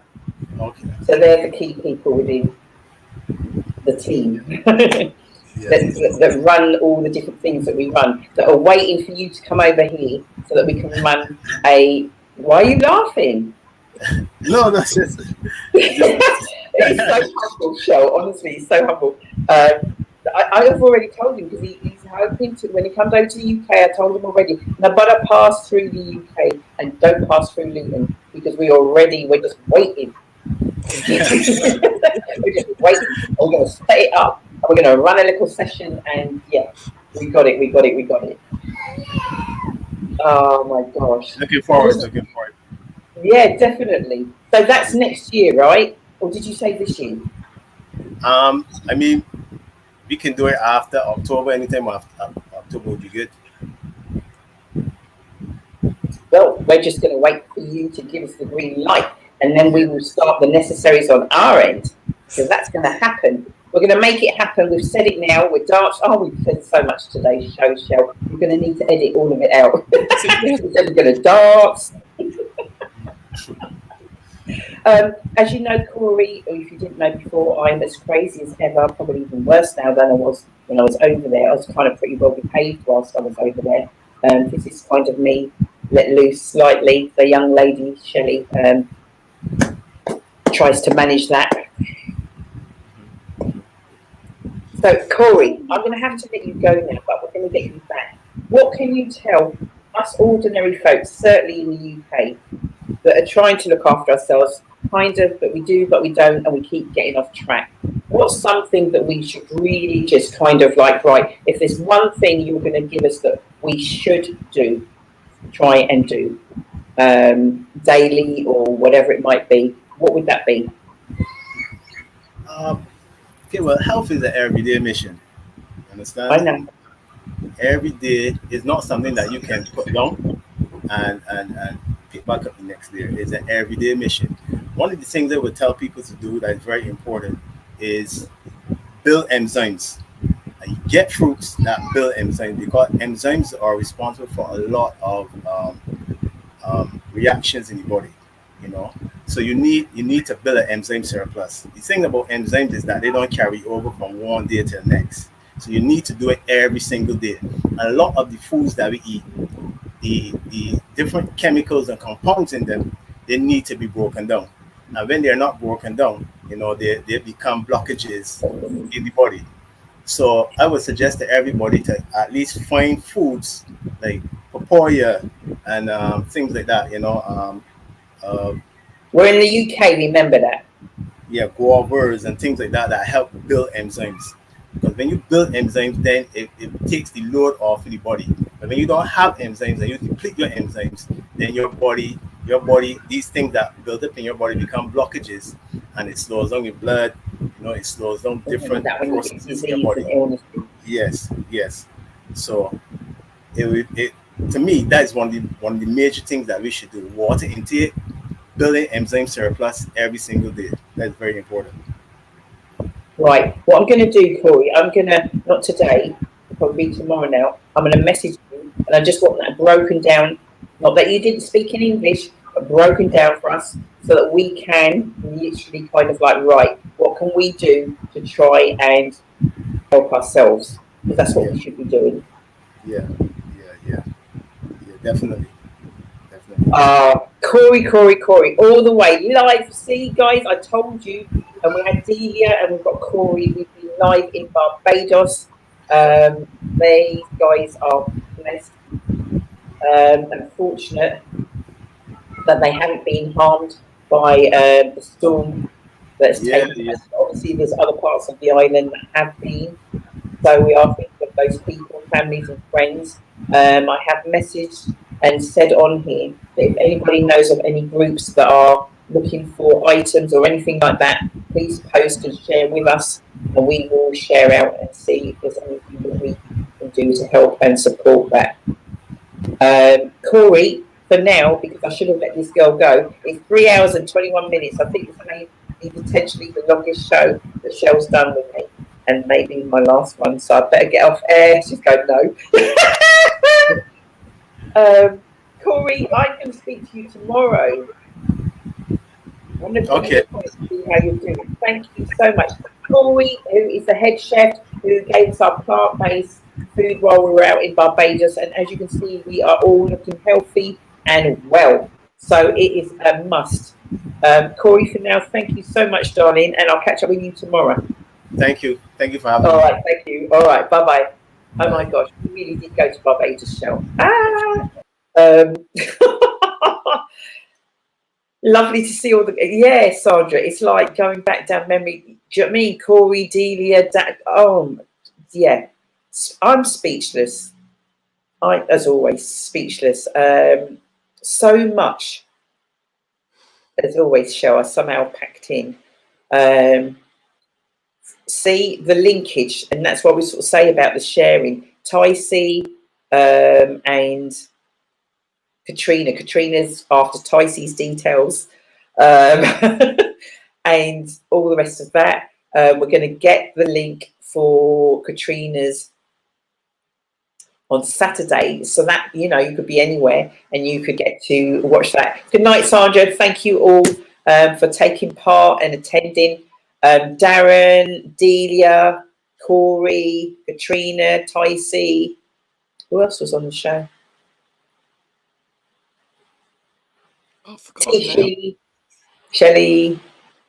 Obviously, our special guest, Cecile, heckling in the background. Yeah, and everybody that's supported. Now, what I've noticed, Shell, correct me if I'm wrong, we get every month we get something through from YouTube, and it's like no additional subscribers, and I'm like, oh really now? And I think that's absolutely disgusting. So everybody who's watching and those that you're sharing it to, my gosh, I think it takes what, a second. Okay, let's push it. 2 seconds. Click to subscribe. Yep. Always the heckler. You're damn right. At least you weren't swearing today. Yeah. Yeah, subscribe. Why would you not subscribe? So that you can find out what we're doing. As you can see on here, we haven't even mentioned Simply Deez and what we do. That's how bad we are. We ain't even promoting ourselves. We're promoting everybody else and giving everybody airtime and all the rest that goes with that. And we don't even say and shout about the things that we do and the amazing support that we... Yeah, so we've got all three.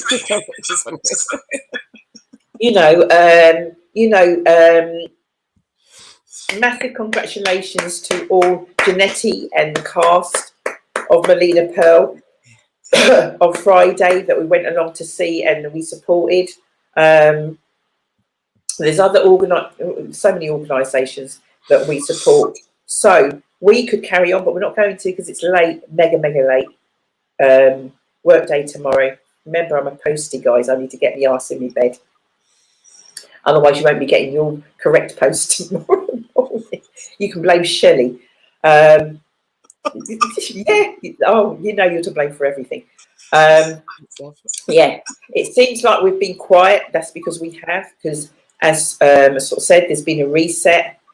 Sometimes you've got to take some time out for yourselves. You've got to look after yourselves. We know that. There's no point us talking it and doing all what we do and say all what we say, and then we're in situations ourselves and guess what? We're superheroes and we're superwomen. No, we're not. And we're keeping it real. No, we're not. So, yeah, we've had some time out. So watch this space and see what we're going to be getting up to. Next week, I believe, is 4 years since we published Life in a Lockdown, Behind Closed Doors. 4 years, absolutely incredible. So much has happened. We've got our community Zoom next Thursday. Do me a favour, Shell, if you can. Tomorrow's Wednesday, I know, but I know it's next week. But can you get it out, as in set it up? Because all those people that we've had on our shows, that have taken part in things and God knows whatever else, we would love to see you there next week. We want to celebrate our 4 years of the book. And there's more that we're going to be doing this year. Let's see what that is and what that looks like. But yeah, we want to thank you all so much. All our guests, Shell producer extraordinaire. Who knows? She's moving on to Pastor's News, guys. Don't know if she ain't said it on this show. I'm not going anywhere. Ain't going anywhere. But this young lady, she's always talking about the Ollie Foundation. Amazing foundation that are out there. And Shelley is going to be doing some more work with them. And who knows, we might somehow, because I think certainly with some things that have been happening recently, and I was even hearing on 3 Counts Radio this morning, they had, I think it was the school in Leighton Buzzard, and they were talking about, yeah, did you hear that? I thought we need to get those details. In it, Cecile. Tell them. Who do they think they are? Poaching. That's what it's called, poaching. Oh, we're so funny. I think what I want to do is also do a Zoom with you guys so that we can do on the Simply Together show, because I can't actually make it on the show. But yeah, so much is happening. Please share. Please subscribe. There is a method somewhere. As well as everybody else we've said to support. Please, if you're not supporting Simply Deez, please do. And if you are, thank you very much indeed. Please continue. So we are gone 3 hours, 29 minutes and 19 seconds. If I don't go, I might not be on next month because I've used up my time for this month and next month. Sorry. I'm so naughty. Thank you to all those in Barbados, for all those overseas. There was somebody at work today that said, I think it was in Bangladesh, there was flooding. Yeah, there's so much going on all over. And I think I said on the live today that you don't have to be overseas. You could be here and you're going through your own storm. Okay, let's keep it real. You could be going through your own storm. So please, please, please look after yourself. Shelley is always posting. You know the Hope.